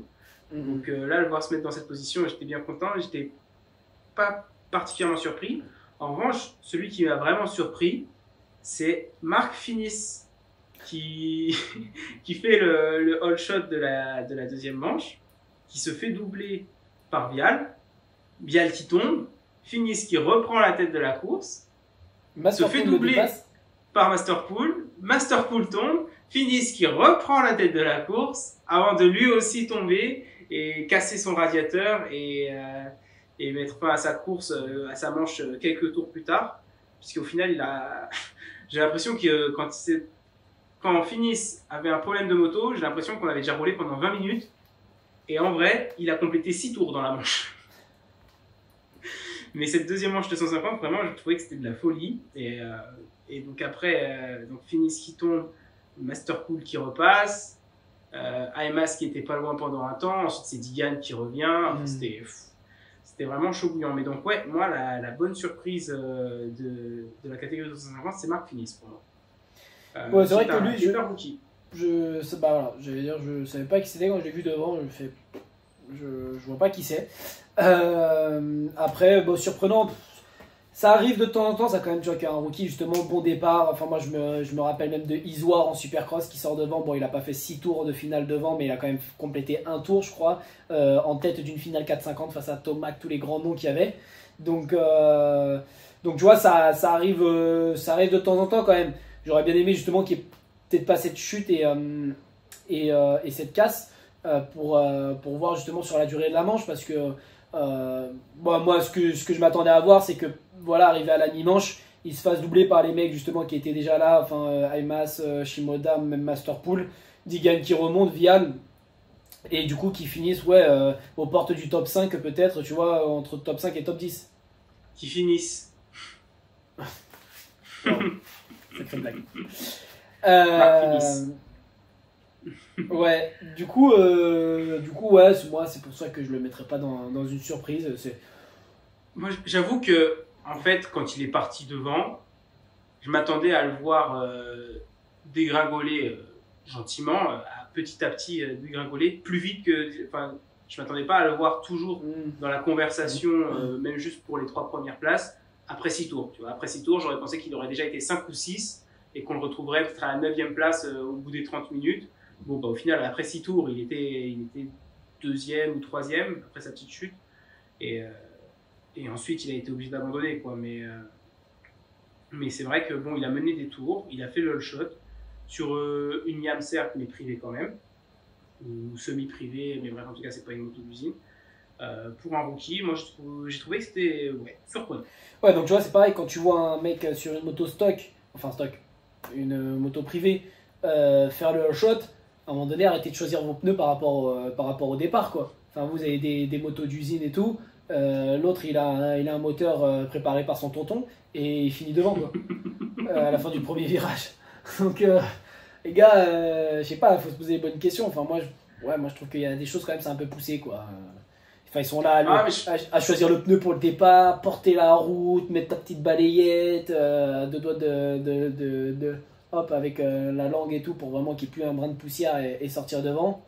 Mais oui, mais est-ce que tu te rappelles aux Nations en Hollande, on y était, pour la manche de qualif des 250, ils partent tous faire leur tour de chauffe, c'était sable, c'était pas mal mouillé, et ils changent tous la roue arrière, sauf Justin Cooper pour les États-Unis. Aux États-Unis, ils partaient pas encore sur les grilles à cette époque. Et donc tu vois les mecs qui avaient fait devant Cooper aux essais chrono se placer, ils soulèvent la roue arrière, et du coup, tu as le mécanicien de Cooper qui soulève la roue arrière, sauf que lui, il soulève une roue arrière dégueu pour le mettre sur la grille de départ. Et je m'étais dit, mais qu'est-ce qu'il fait? Pourquoi il soulève? Ça sert à rien, ils n'ont pas changé la roue arrière et tout, n'importe quoi. Et au final, la grille tombe, c'est Justin Cooper qui fait le all shot, hein, avec un pneu dégueulasse sur les grilles, pendant que tous les autres, ils avaient changé leur roue arrière et tout, quoi. C'est ça. Donc, ouais, je pense que effectivement, après, ouais, sur une longue ligne droite, vraiment RC très profond, peut-être que le pneu ça t'aide. Mais oui, après, je pense qu'il y a des trucs comme ça où c'est psychologique pour le pilote, quoi. Enfin, des fois, des tocs limite, tu vois, des trucs. Que beaucoup. Et je pense que le départ, ça en fait partie, quoi. T'as beaucoup de pilotes qui sont en mode. Ah. Et puis, en fait, qui se rendent compte que la vie est tellement plus simple quand tu prends un bon départ, qu'ils veulent tout miser là-dessus, quoi. Ouais. Mais bon, Vince Friese, avec tous les shots qu'il a fait, il a jamais gagné une course. Ouais. Et ta déception de la catégorie 250? Kitchen et Vial. Kitchen quand même plus que Vial. Parce que bon, Vial il est quand même là, mais c'est vrai que Vial, je veux le voir gagner et se battre devant. Donc décevant sa position là. Mais Kitchen c'est décevant, plus encore décevant de week-end en week-end en fait. Parce que là il finit 9 du général avec 9 et 10. En manche, ouais. Là j'ai envie de prendre son numéro de téléphone et de l'appeler et de lui poser la question, quoi, parce que qu'est-ce qui se passe? Envoyer un DM? Ouais, t'as Malou là. Qu'est-ce qui se passe? Je serais pas surpris que d'ici 2 semaines, on ait un communiqué qui dit qu'il a Epstein-Barr ou un truc comme ça. Hein. Parce que là, ils ont tout le temps ça. Il y a beaucoup de pilotes qui attrapent ça. Là, c'est pas possible d'être aussi loin quand il a fait un début de saison comme ça. Et puis Kitchen, quoi. Voilà, il a roulé aux avant-postes en Supercross. Il était là au début de saison aux avant-postes. Ouais, qu'est-ce qui se passe, quoi? Je pense que. Et j'ai entendu dire qu'il était un peu déçu que la 3e épreuve ce soit pas un terrain truffé d'ornières comme c'est normalement à Thunder Valley, et qu'il aurait préféré. Et là, il a un terrain truffé d'ornières et il fait même encore pire, quoi. Donc, c'est vrai que c'est, sans comme on dit, hein, juste décevant. Ouais.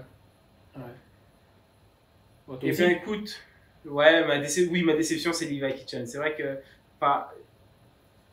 dans qui je voulais voir gagner au championnat, j'avais Vial et Kitchen, et je pense que j'avais même un petit penchant en plus pour Kitchen, parce qu'il n'a pas gagné le Supercross et que j'aurais bien aimé voir cette rédemption pour lui. Et là, enfin, c'est pas que j'abandonne, quoi, mais si je vois Kitchen gagner à Southwick, je serais surpris et content, mais c'est sûr que je regarde, non, puis je regarde plus le classement à gauche en me disant tiens, il est où Kitchen, tu vois. C'est bon, en plus surtout là, une course comme on a eu ce week-end, il y a tellement de trucs intéressants à l'écran que je regarde déjà l'écran, mais ouais, puis enfin clairement, il faudra pas venir nous dire on galère avec la moto, parce que t'as le Time Master Pool, il galère pas avec la moto.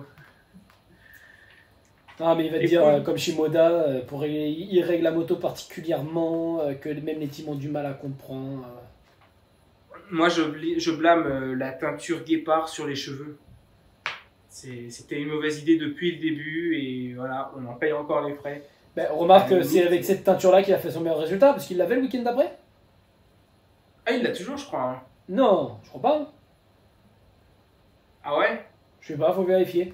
Je me demande s'il avait pas. On va vérifier. Ouais, faudrait vérifier, parce que ça se trouve, il l'avait que pour après, et justement, au final, c'est ce qui le faisait bien rouler, donc il faudrait peut-être s'y remettre. Non, c'est sûr qu'il l'avait au moins pour la deuxième aussi, parce que, imagine, t'es un pilote, tu te fais une petite teinture guépard un peu moche sur la tête, tu fais deuxième du général, t'as presque gagné une manche, tu te dis, écoute, ça se passe plutôt bien, la teinture, elle me porte bonheur, je la garde pour la manche d'après, l'épreuve d'après. Hein. Tu te dis pas, oh, vas-y, j'enlève ma teinture moche, c'est bon. Je sais pas. Comme dit Steve Matthes de Pulp MX, mentalement, ces pilotes, ce sont de petites fleurs fragiles. Donc, très superstitieux.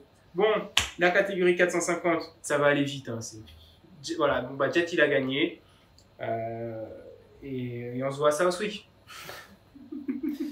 Ouais, non, il y a eu un peu de bataille là quand même. Est-ce que... alors attends, j'aime bien ma petite question qui titille un peu. Est-ce que Jet a gagné ou est-ce que Chase a perdu? Non, je pense que Chase il l'a perdu là. Moi je le voyais bien aller au bout parce que enfin ils se sont dépassés plusieurs fois. Enfin, moi j'ai la haine parce que j'étais en train de regarder sur un petit lien là et que le truc il a planté au moment où ils se sont fait les dépassements. Oh. Donc j'ai vu Sexton, il est deuxième au début de la manche derrière lui. Je le vois tous les tours où il est deuxième. Gros bug et tout, je reprends.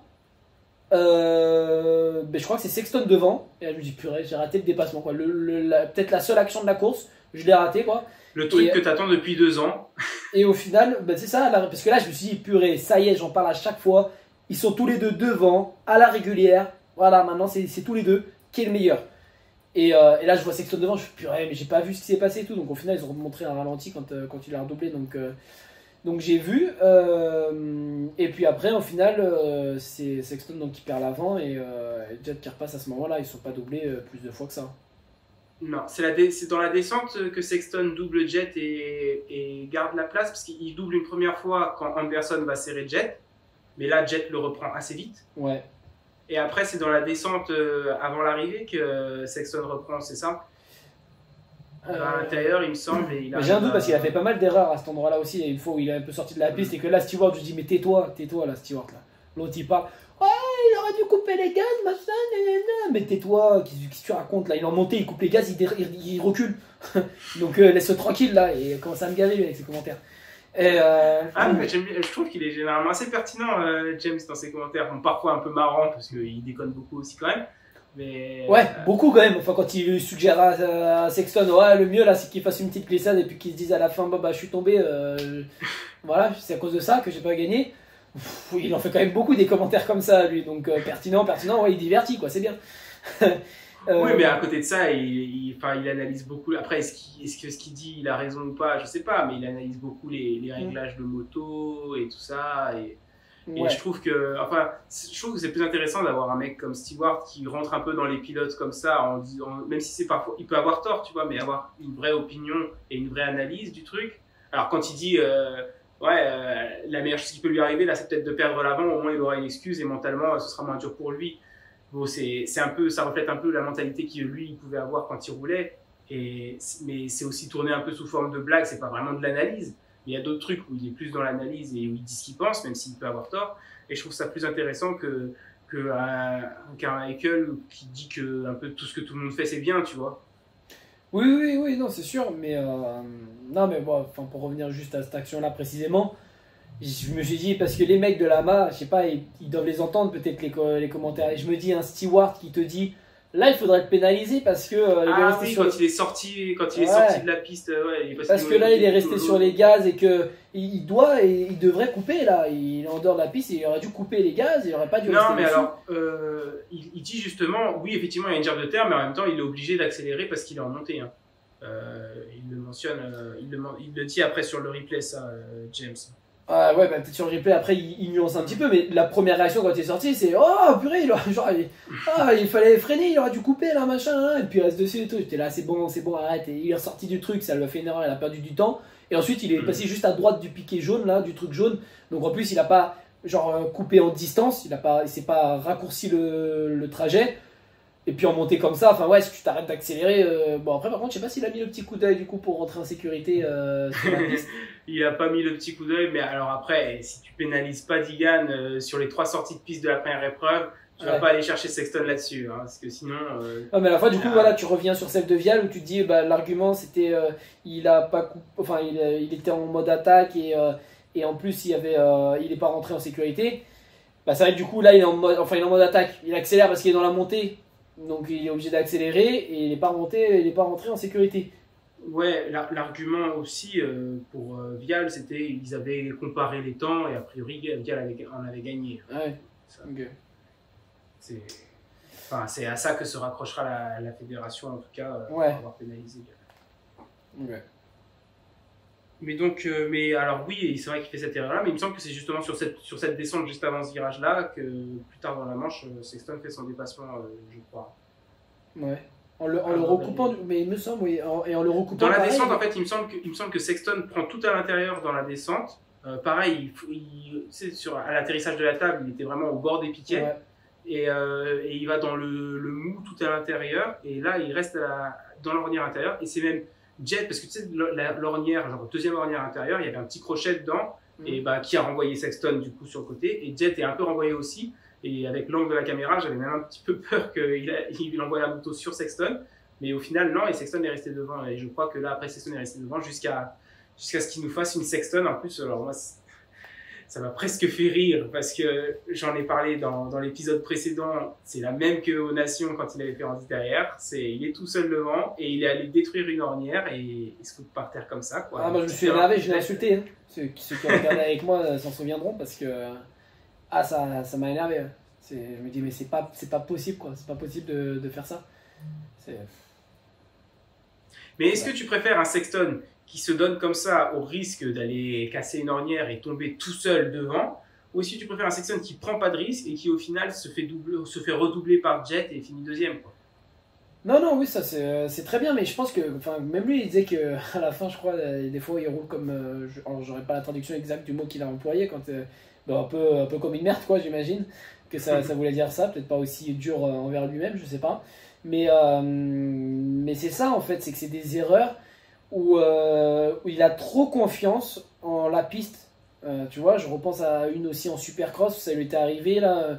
Il y avait un peu des trous, enfin le nombre de fois qu'il a perdu l'avant en Supercross. Et c'est souvent ça quoi, c'est où il perd l'avant. Il y avait juste avant une petite butte et même la moto elle lui retombe dessus. Quoi. Ouais. Et qu'il est devant et qu'il vient avec de l'angle, un peu trop d'angle, qui perd l'avant comme ça quoi. Et Seattle en 2023 pour ceux qui nous regardent et qui voudraient revoir la course.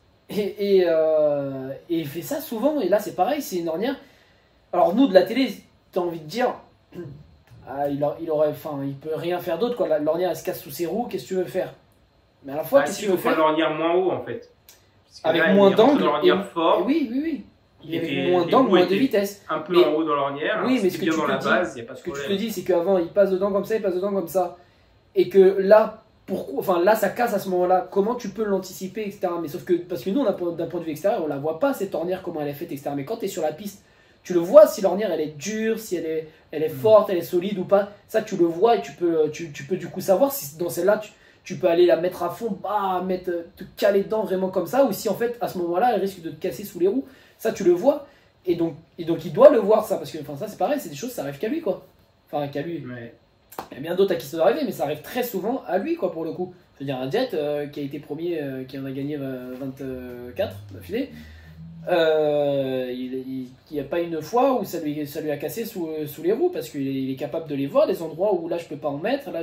Après, bon, voilà, je pense qu'il y a aussi un peu de précipitation dans tout ça, dans le sens où il en a gagné qu'une, là, du coup, et que maintenant, il a envie d'en gagner d'autres, et qu'il sait que quand c'est Jet qui est derrière en plus, ça va pas être facile, qu'il faut tout réunir, qu'il faut tout faire bien, et qu'il faut pousser. Du coup aussi, il faut pas s'endormir quand tu es en tête, il faut que tu pousses, et qu'il faut que tu ailles, quoi. Et donc je pense qu'il y a de ça, au final je pousse sans... Et donc j'ai ça dans la tête, allez encore, vas-y, hop, tu vois, peut-être qu'il s'encourage comme ça à l'intérieur, etc. Sans forcément se soucier en fait de ce qu'il a sous ses roues, de la piste, comme elle évolue, et de tous ces paramètres à prendre en compte. Je pense qu'il n'est pas libéré de tout ça, parce que lui, il a dans sa tête, faut que j'y aille, faut que j'avance, faut que, tu vois, il y a beaucoup de ça qui lui occupe de l'espace dans la tête, je pense, pour pouvoir pas assez présent alors. Ouais, et du coup se focaliser sur, hop, la trajectoire est comme ça, me concentrer sur tout ce que j'ai à faire de bien pour aller au bout, quoi. Ouais, c'est possible. Après, tu vois, ça expliquerait la chute dans cette manche, mais celle dont tu parles en Supercross à Seattle, où il avait fait la même aussi à Auckland, tu sais, où il y avait une espèce de petit quadruple après le saut d'arrivée, et où là, les pilotes faisaient trip simple, il se met un poil long, il me semble, la moto rebondit, il glisse pareil. Celle de la manche qualif aux Nations, où là, il n'était pas face à Jet, un mec qui essaye de battre depuis un an et qui n'arrive pas à battre, et il était dans une situation où il est en tête et il essaye de gagner, mais du coup, avec en plus un petit écart, et sa seule préoccupation, ça devrait être de bien rouler pour continuer à maintenir son écart, voire l'agrandir. Ouais, mais... et là, il y a peut-être plus une perte de concentration au final, parce que c'est peut-être trop facile je sais pas, de rouler en tête, de ne pas avoir la pression en fait. James souvent raconte qu'il préférait avoir quelqu'un 1 ou 2 secondes juste derrière lui, lui mettre la pression, que ça le gardait concentré, que quand il avait 20 secondes d'avance, parfois il avait du mal à rester concentré. Oui, mais carrément. Et je pense que c'est pas moins de concentration, mais justement en fait qu'il s'occupe l'esprit avec d'autres choses, quoi. Tu vois, je pense pas qu'il se relâche en se disant ouais, je suis premier, c'est bon, ça va, je déroule, il n'y a personne devant moi pour me gêner, etc. Je pense surtout qu'il s'occupe l'esprit du coup avec d'autres choses. Enfin, peut-être qu'il y a des moments où il finissait par se dire faut pas que je tombe, quand ça lui arrivait 1 fois, 2 fois, faut pas que je tombe. Oh, un tour là, tu vois, on était tous dans cette. Enfin, même moi de l'extérieur, je me souviens, quoi. J'étais là en train de me dire pas qu'il tombe, pas qu'il tombe. Enfin, moi-même j'y pensais pour lui et quand ça arrivait, bah voilà, des fois je me disais putain, je le porte l'œil en fait, t'as y pensé peut-être, j'en sais rien. Mais je pense qu'à un moment donné, ça arrivait ça aussi dans sa tête et c'est le moment où tu te dis faut pas que je tombe, faut pas que je me renverse de l'ornière, faut pas que je fasse ci, faut pas que je fasse ça, que ça t'arrive, que tu te focalises dessus et que t'arrives pas à faire un bon passage, que t'es pas libéré pour le faire et que tu penses pas aux choses qui vont te faire bien réussir cette chose-là. Donc là, oui, je l'ai tourné un peu dans le sens où là on est dans le contexte où il en a perdu 24 avant ça. Que Jet, on voit que il laisse pas de miettes. Donc quand en plus tu sais qu'il est deuxième et que là il s'est pas mis une grosse cabane comme il a fait l'autre week-end, bah tu sais qu'il faut absolument tout mettre bout à bout. Il faut pas tomber, il faut rester là et qu'il est juste derrière. Ouais, je pense que du coup il se concentrait moins sur la piste, mais sur le fait faut que j'avance quoi. Comme tu disais, je pense que là clairement Sexton, il y avait un petit peu d'urgence, où il s'est dit le mieux c'est que si je peux lui mettre 10 secondes, je lui mets 10 secondes, parce que si je le garde juste derrière moi jusqu'à la fin, c'est sûr qu'il va me reprendre. Lorenz, c'est comme ça que lui il gère les courses en plus, et tu te doutes qu'il a ce qu'il faut. Si tu le laisses suffisamment prêt pour voir ce que tu fais, je pense que ça lui laisse le temps aussi de trouver les solutions pour aller le doubler. Ouais. On va accélérer un tout petit peu parce que à l'heure à laquelle on tourne ce podcast, il est un petit peu tard. Hunter finit troisième, deuxième puis troisième, deuxième de la première manche, troisième de la deuxième manche. Oui, il finit à seulement 0,7 secondes de Jet en première manche et il finit à 6 secondes de Jet en deuxième manche à la troisième place.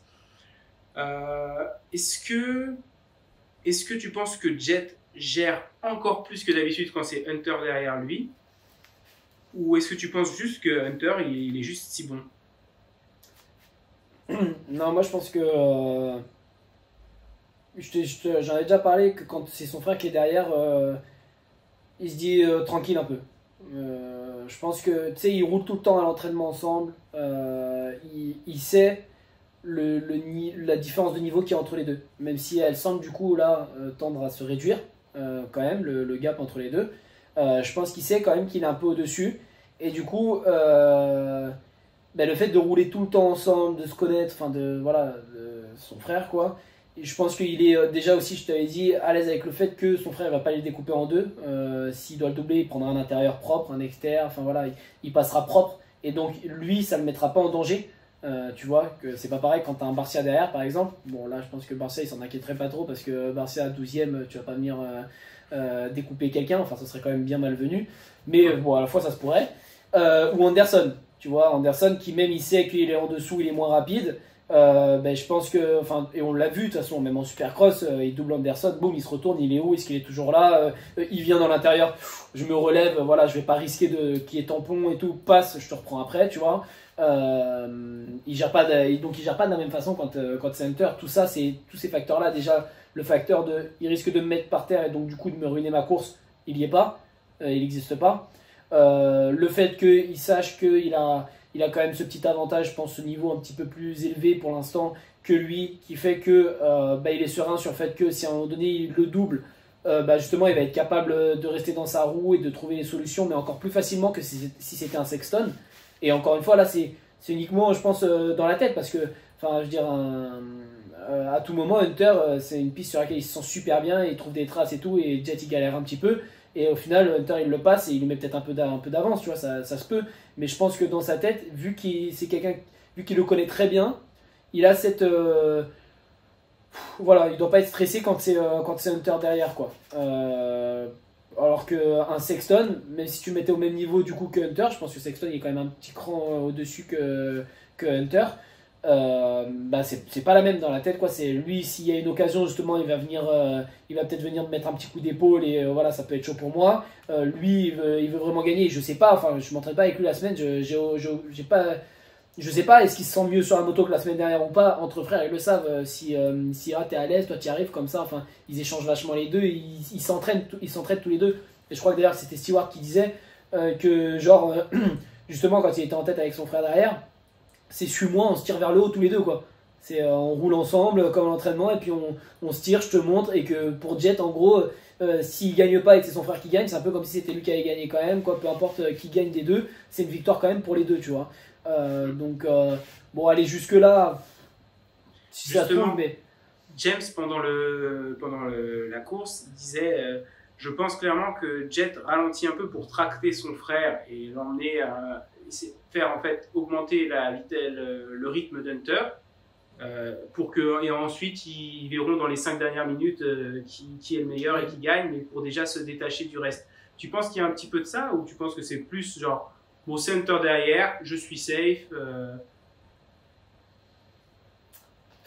ou tu penses qu'il y a un peu une envie quand même d'aider Hunter aussi à se séparer du reste du pack et de, je sais pas, parce que pouvoir rentrer après? il faut aussi penser que tu l'aides, et puis si à un moment donné, hop, tu l'as aidé, tu l'as monté jusqu'ici, et que lui là va trouver ce qu'il faut pour d'un seul coup être au-dessus, tu vois, il a plus toute la gloire qu'il avait avant, etc. Donc est-ce qu'il va pas, alors sans me mordre les doigts, je mets des gros guillemets, parce qu'effectivement, enfin, si c'est son frère qui gagne, il sera content de voir son frère gagner, il se réjouira pour lui, mais à un moment donné, on va pas me dire non plus que Jet, que ce soit lui ou son frère qui gagne, ça lui est égal, et il est aussi content. Sinon il l'aurait peut-être laissé gagner plus d'une fois, tu vois, parce que lui il en aura déjà gagné beaucoup, à Paris pareil, tu vois, enfin je veux dire, il est quand même allé dans les whoops mettre en stoppie pour essayer de le doubler. Enfin il y a quand même la petite rivalité aussi entre les deux, même s'ils s'entraident et que du coup ils doivent être super contents. Enfin leur objectif c'est justement de faire 1-2, mais à un moment donné les deux ils pourront pas être tous les deux 1, donc il y en a bien un devant, et donc chacun a quand même envie de gagner et de battre l'autre. Donc je sais pas s'il y a vraiment cette volonté de s'entraider, parce qu'aujourd'hui Hunter il est un peu en position deuxième, troisième, voilà, il y a un peu Sexton qui vient se mêler au truc, donc il aurait pas forcément, enfin tu vois, quand ils seront du coup 1 et 2 bien installés, il n'y a plus de raison que Jet il le tire à nouveau. Maintenant c'est voilà, on est tous les deux 1 et 2, les autres ils sont un peu plus loin, on donne chacun le meilleur et on voit qui gagne, tu vois, il n'y a pas de raison que je te tire encore plus pour que tu te rapproches de mon niveau et risquer que moi du coup je sois en difficulté ou que je gagne plus autant ou des choses comme ça, tu vois. Enfin je vais pas te faire progresser, je vais pas te coacher non plus pour que tu me battes. Tu vois, même si on est frères et que je veux que tu gagnes, qu'au final c'est peut-être un pot commun pour notre famille, enfin j'en sais rien, tu vois, de comment ils gèrent leur rond ou quoi, mais à un moment donné, il y a quand même cette rivalité, je pense aussi entre les deux, l'envie de gagner de chacun, et qui vont pas non plus se tirer. Donc, ouais, je sais pas. Moi, je suis plus d'avis qui gère sa course quand c'est Hunter qui est derrière, qui gère sa course et que, en fait, du coup, il est un peu sur la retenue dans le sens où, bah, j'ai pas besoin de pousser. Je suis content de faire la course avec mon frère, mais s'il se permet de faire ça, c'est parce qu'il sait qu'il a un cran dessus et qu'à un moment donné, s'il voit que son frère le double, il sera en mesure d'aller le redoubler. Et tu vois, moi, je compare un peu ça avec le ressenti que j'avais quand on jouait aux jeux vidéo et que quand on faisait un championnat, tu vois. Il y avait des moments où quand, je sais pas, si j'ai déjà fait un grand chelem ou pas du coup au final sur les jeux vidéo. Ouais, dans le live, t'en as fait 2, je crois, contre moi. Voilà, il me semble. Et bah du coup, tu vois, genre au bout d'un moment, en fait, ça devient chiant. Et genre même lui, je crois qu'il disait que c'est pas, enfin, qu'il s'ennuyait moins du coup, non, que maintenant il y ait, enfin, il y a Hunter justement qui soit, non. Peut-être, je sais pas. Mais il me semble que cette histoire d'ennui, bon, enfin là, je dérive peut-être, mais enfin bref, tout ça pour dire que moi, en tout cas sur les jeux vidéo, au bout d'un moment. Bah, j'aime bien quand il y a de la bataille, j'aime bien en regarder, j'aime bien en faire en vrai, et j'aime bien quand dans les jeux vidéo aussi ça se bataille, on se dépasse, on se repasse, mais j'aime bien aussi à la fin que ce soit moi qui gagne. Et du coup, bah, il y a eu des fois où, enfin tu vois, je pense qu'il y a eu d'autres saisons dans les jeux vidéo où j'aurais pu faire un grand chelem, tu vois, que j'avais ce qu'il fallait, que des fois j'étais en tête d'une course et tout, mais que des fois quand j'avais une chute et que ça te faisait revenir, ou que bah, je me pressais pas, tu vois, je prenais mon temps parce que ça relance le truc et moi c'est ce qui me fait être dans le truc et qui fait aussi me batailler au final, partir devant et gagner tout le temps autant que je joue tout seul, tu vois, enfin genre c'est plus aussi marrant et donc je compare un peu ça c'est qu'il y a des fois où moi ça m'arrivait un peu de t'attendre aussi, tu vois, pour qu'il y ait bataille et que sauf qu'il y a des fois bataille et au final à la fin je m'en mords les doigts parce que je me dis putain bah voilà j'ai attendu au final je l'ai perdu celle-là donc mais à la fois je me dis j'aurais mieux fait de pas attendre, bah ouais mais quand j'attendais pas bah il y a des moments où je me retrouvais c'était un peu ennuyant quoi.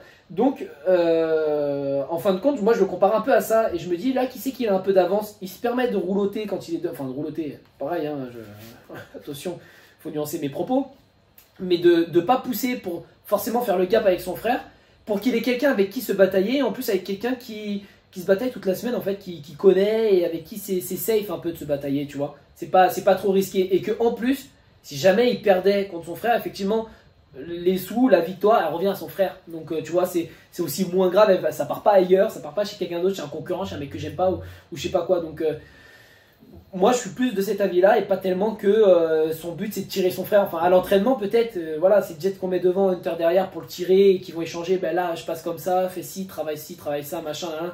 Ok. Mais le jour de course, le tir, je sais pas. Moi j'y crois pas trop. Après peut-être, hein. Peut-être que quand ils seront à la retraite, ils nous diront ouais bah à cette époque-là on faisait ci, ça et on en apprendra. Hein, mais ouais, je suis pas persuadé. Ouais. Honnêtement, moi je pense que Hunter est juste si bon.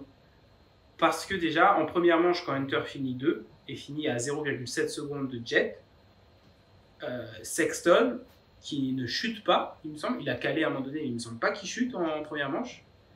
Il était avec eux pendant un petit moment, puis il a décroché assez vite. Et il finit 37 secondes derrière. Donc, quand Sexton finit 37 secondes derrière, je me dis que Jet, il y allait quand même, quoi. Il n'était pas au ralenti, juste... Alors, peut-être que... Alors, même si Jet, peut-être qu'il aurait pu finir 50 secondes derrière, devant Sexton, c'est peut-être aussi possible. Mais bon, Hunter, il a déjà mis 37 ou 36 secondes à Sexton. Et donc, ça montre quand même... ça témoigne d'un très haut niveau, quoi. Oui, c'est sûr que... Enfin, ce que je disais, c'est que le gap tend quand même à se réduire, je pense, entre les deux. Mais je pense aussi qu'il en avait encore un peu sous le coude, Jet, et qu'il se permet de pas aller dans sa zone rouge, de pas aller pousser, de pas chercher à mettre un gap quand c'est son frère qui est derrière. Et après, il faut quand même préciser que Jet l'a dit pendant le press day, ça va mieux physiquement après la chute d'Hangtown, mais la chute d'Hangtown. Après la chute de Hangtown, mais il n'est pas à 100%. Donc il y a aussi de ça. Hein. Peut-être que Hunter est à ce niveau-là aussi, parce que bon voilà, Jet il est peut-être qu'à 85-90% de ce qu'il peut faire encore pour l'instant. Et peut-être que Jet aussi s'économise en sachant que peut-être qu'il pourrait rouler aussi s'il le peut, mais pas aussi longtemps. Et donc peut-être qu'il s'économise un petit peu physiquement, c'est possible. Ouais. Écoute, on va aller sur les derniers segments de la catégorie 450. Dylan Ferrandis, on va quand même parler de notre Didi national. Donc tu l'as dit, à chaque fois, tu es déçu. Ouais. 7e du général ce week-end, 6e de la première manche, 7e de la deuxième manche, 53 secondes derrière Jet en première manche, 40 secondes derrière Jet en deuxième manche. Dans les deux manches, il prend 3 secondes au tour sur le meilleur chrono seulement. Dylan, je pense que toi aussi tu as peut-être regardé, j'ai regardé son interview sur le Big. Non, pas encore là, j'ai rien regardé du tout là. Et ben alors je vais te faire un petit résumé.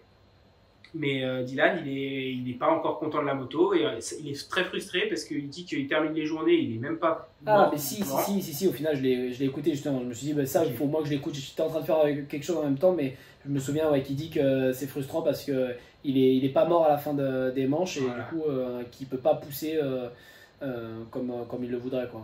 Voilà, il aimerait pouvoir pousser plus. Physiquement, et a priori, il en a plus dans le réservoir, mais là, son niveau de confort avec la moto. Ouais, mais tu vois, moi, c'est pas possible. Tu vois, et là j'ai juste envie de mettre du coup, de mettre en parallèle la vidéo avant le début de l'Aude d'Or. Je me sens bien à la fin de la première, où il dit bon, je fais une place de moins bien. Bon, du coup, ouais, c'est un peu décevant quand même. J'aurais aimé être sur le podium, machin, mais le gros point positif, c'est que je peux faire un peu ce que je veux avec la moto. Je suis à l'aise dessus. Je me fais pas peur quand je tente des trucs. Je vois que je peux pousser. Il nous en manque un peu niveau moteur parce que mon moteur, il est pas, c'est pas encore le moteur qu'on veut et que je souhaite. Donc il nous manque encore un peu de chevaux là-dedans, mais je me sens à l'aise. Voilà, la moto, je la place où je veux, je me fais pas peur. Ça faisait longtemps que je m'étais pas fait, que j'avais pas roulé sans me faire peur, contrairement à la Yam, tu vois, l'année dernière et tout. Il dit ça, et là, tu vois, justement, quand j'ai écouté ça, je me suis dit, bah ça y est, ça a déjà changé. C'est que maintenant, il est pas content de la moto. Et donc là, je suis en train de me dire que, stop, arrête de remettre la faute sur la moto. Tu voulais aller sur la meilleure moto du plateau selon toi. Enfin, donc la meilleure, c'est pas la HRC, mais sur la meilleure marque en tout cas de moto. T'as pas forcément toutes les pièces que la HRC ont, mais quand tu l'as essayé, oh, c'est incroyable, la moto tu la places où tu veux et tout, même toute d'origine et tout encore, ça n'a rien à voir, machin, d'accord, ok. Et à la fin, tu reviens à la même conclusion, je suis pas satisfait de la moto. Bah ouais, mais du coup, je sais pas, va essayer une Kawa, une Suzuki, une Husky, et puis tu reviens et tu te rendras compte que tu les as toutes essayées. Et qu'en fait tu es satisfait d'aucune d'entre elles. Donc c'est peut-être à toi justement de t'adapter, de faire autrement, de travailler techniquement différemment sur là où tu te fais peur. Je sais pas exactement si c'est dans les freinages, les trous, tu vois, je sais pas où, mais à faire quelque chose pour te sentir mieux. Déjà, je sais pas, assieds-toi peut-être un peu moins sur l'arrière de la moto quand tu vires aussi. Enfin, tu vois, il y a plein de choses. Et DV lui disait en 250, ouais, ça peut passer encore et tout, en 450, ce sera plus compliqué. Moi, je sais pas comment il fait pour virer en s'asseyant aussi loin de la moto. Il s'assoit plus, je trouve, que avant ou que ses concurrents. Tu vois, je le disais tout à l'heure, tu voyais Jet tout debout dans cette partie où les ornières étaient très profondes et très longues. Bah lui, il rentre dedans assis. Et là, bah forcément, tu vas te dire, la moto, tu vois Jet, ça bouge pas et tout. Bah ouais, mais Jet, il est debout en équilibre, il regarde moins. Et toi, tu rentres assis, t'as moins d'équilibre sur la moto dans des ornières super grandes, tu vois. Donc je pense qu'il y a à un moment donné une remise un peu en question de lui, de son pilotage et de sa façon de faire, plutôt que la moto. Là, il est allé dans un team justement où il a le droit de faire un peu ce qu'il veut et il n'en est pas satisfait. Donc après, il va te dire du coup que c'est les moyens du team, que là, le team il est favorable à essayer ce que lui veut, mais qu'ils n'ont pas tous les moyens nécessaires pour lui mettre les pièces qu'il voudrait essayer maintenant. C'est qu'il ne peut pas essayer tout ce qu'il voudrait essayer. Non, mais du coup, il n'avait pas encore reçu le moteur qu'il voulait après la première. Et là, il dit qu'il a manqué de temps et que voilà, il va pouvoir profiter du week-end off pour pouvoir plus tester et mieux régler la moto comme il le veut. Mais je suis d'accord avec toi que je trouve ça, là où je trouve ça surprenant, c'est même vraiment quand tu compares à la première épreuve où il roulait quand même, surtout en première manche, il roulait fort jusqu'à sa chute, il roulait bien. On avait comparé les chronos des tours 4 à 12 par rapport à ceux de Jet qui étaient en tête et où c'était encourageant. Et c'est vrai que là, prendre 53 secondes en première manche, 40 en deuxième, c'est vrai que c'est pas du tout la même dynamique. Et qui part devant en plus, hein. Là il est parti avec eux, hein. Il est parti avec le groupe de tête. c'est vrai qu'il a pris le meilleur départ. Et c'est peut-être d'ailleurs peut-être la seule raison en fait, pour laquelle son résultat est meilleur, c'est peut-être parce qu'il a pris le meilleur départ. Bah ouais, parce qu'après, il a dégringolé, il s'est fait placer par Plessinger. Fini devant lui, Plessinger. Oui, sûrement, Plessinger Cooper, Justin Cooper encore. Aussi. Et Justin Cooper qui reprend, je crois, parce que Justin Cooper chute. Et Cooper qui le reprend finalement à la fin. Enfin, tu vois, genre, ouais. Cooper, il t'a doublé, tu l'as repris parce qu'il est tombé, et t'as repris quoi derrière. Donc la YAM, finalement, marche pas mal quand même. Ah, la YAM, c'est une super moto, la YAM. Je sais pas comment t'expliquer, mais tu sais, tu seras pas rouge l'année prochaine. Bah, surtout, faut pas que les paparazzi me voient ce week-end à Agen, parce que je crois que je serai pas habillé en rouge cette fois-ci. Ouais, mais tu roules pas. Je roule pas, mais bon, je suis sous les tonnelles, et puis je suis vêtu de la marque de la tonnelle, donc bon, c'est pas rouge. Tu seras pas vêtu MGT? Un petit peu, mais pas à 100%, quoi. Il y aura peut-être le petit t-shirt avec la veste ouverte, ça dépend du temps qu'il fera le samedi soir, quoi, mais s'il n'y a pas de veste, si en MGT, s'il y a une veste, ce sera peut-être une veste bleue. Bon, ça va, de toute façon, ils t'ont jamais envoyé de chèque, Honda. Et non. Mais donc, ouais, Dylan, c'est surprenant. Après, moi, comme toujours, hein, j'accorde le bénéfice du doute. J'espère que ça va trouver les bons réglages pendant le week-end off et que ça va revenir plus fort. Mais moi, à un moment donné, tu me mets pas en bateau trop longtemps. Je te crois une fois, je te crois deux fois. Au bout d'un moment, quand tu reviens après tes histoires de la moto, elle me convient pas trop, je sais pas quoi. Oh, je suis d'accord qu'à un moment donné, tu vois, toi tu parles souvent de Sexton, il parle beaucoup de la moto aussi quand même. Et là, moi j'ai envie de dire Digan. Hein. C'est comme dit notre cher DB dans son podcast, je vais le faire en plus tout public, mais tais-toi et roule. Mais tu vois, moi, en plus ce que je me dis, c'est que des fois je me fais des petits comparatifs dans la tête. Je me dis, imagine tu fous Dylan avec sa 450 là qu'il a, et tu le mets avec les 250, je me dis, mais ça se trouve, Digan il le dépose.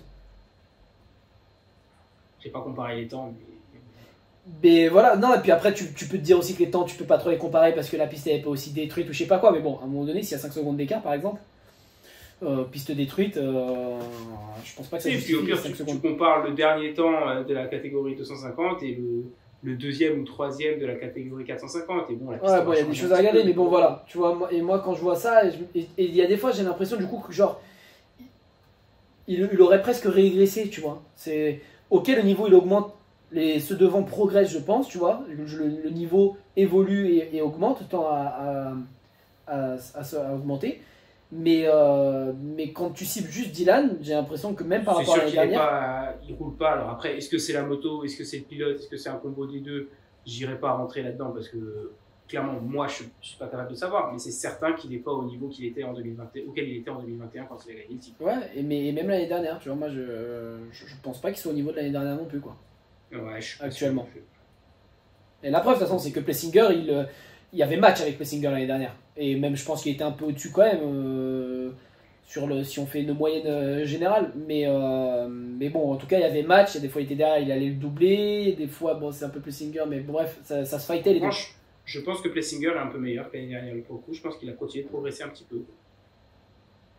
Mais... je sais pas, parce qu'à la fois, on le voit pas devant, quoi. Enfin, quand Jet s'est satellisé. Ça dépend beaucoup des départs aussi. En fait. Et que c'est. Ouais. Bon, ta surprise 450. Jet. Ma surprise 450.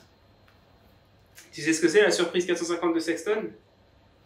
C'est l'ornière qui casse. Hein. T'es surpris.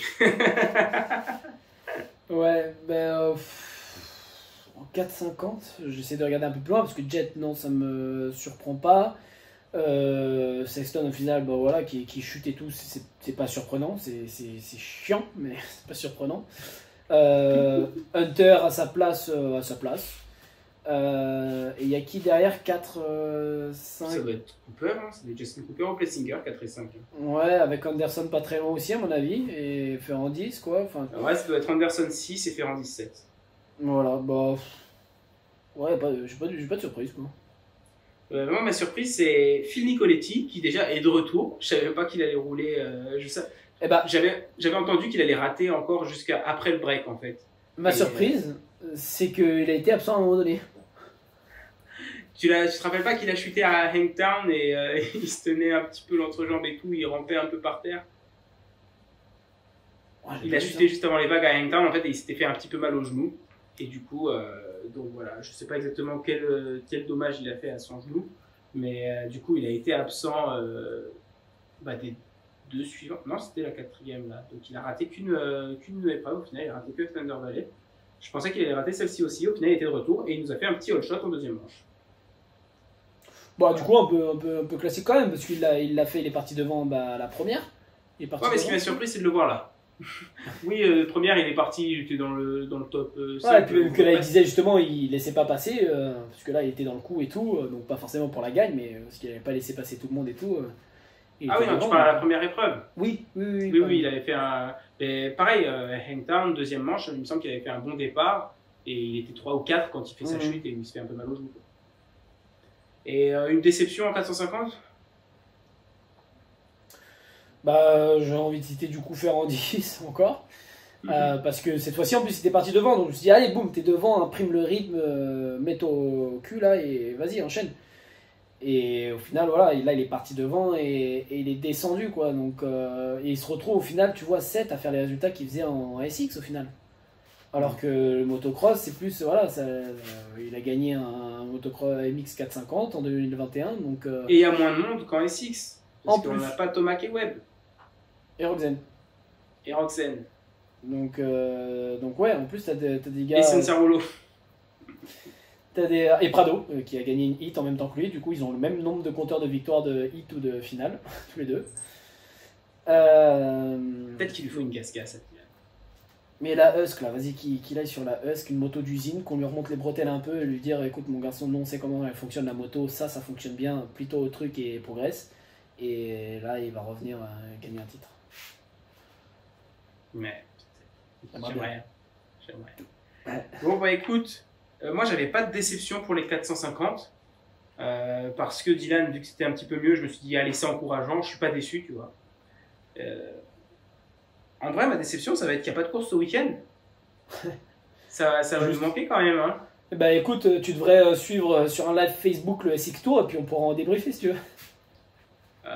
Écoute, si je m'occupe pas autrement, pourquoi pas. Non, mais après, on va quand même en profiter pour faire notre premier week-end off du podcast. On a enchaîné 6 semaines de suite.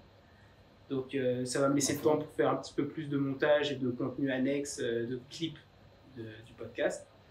Et du coup, on se dit à dans 2 semaines pour l'épreuve de Southwick. Et ben ouais, à dans 2 semaines, dans le sable. Ça marche. Allez, ciao tout le monde.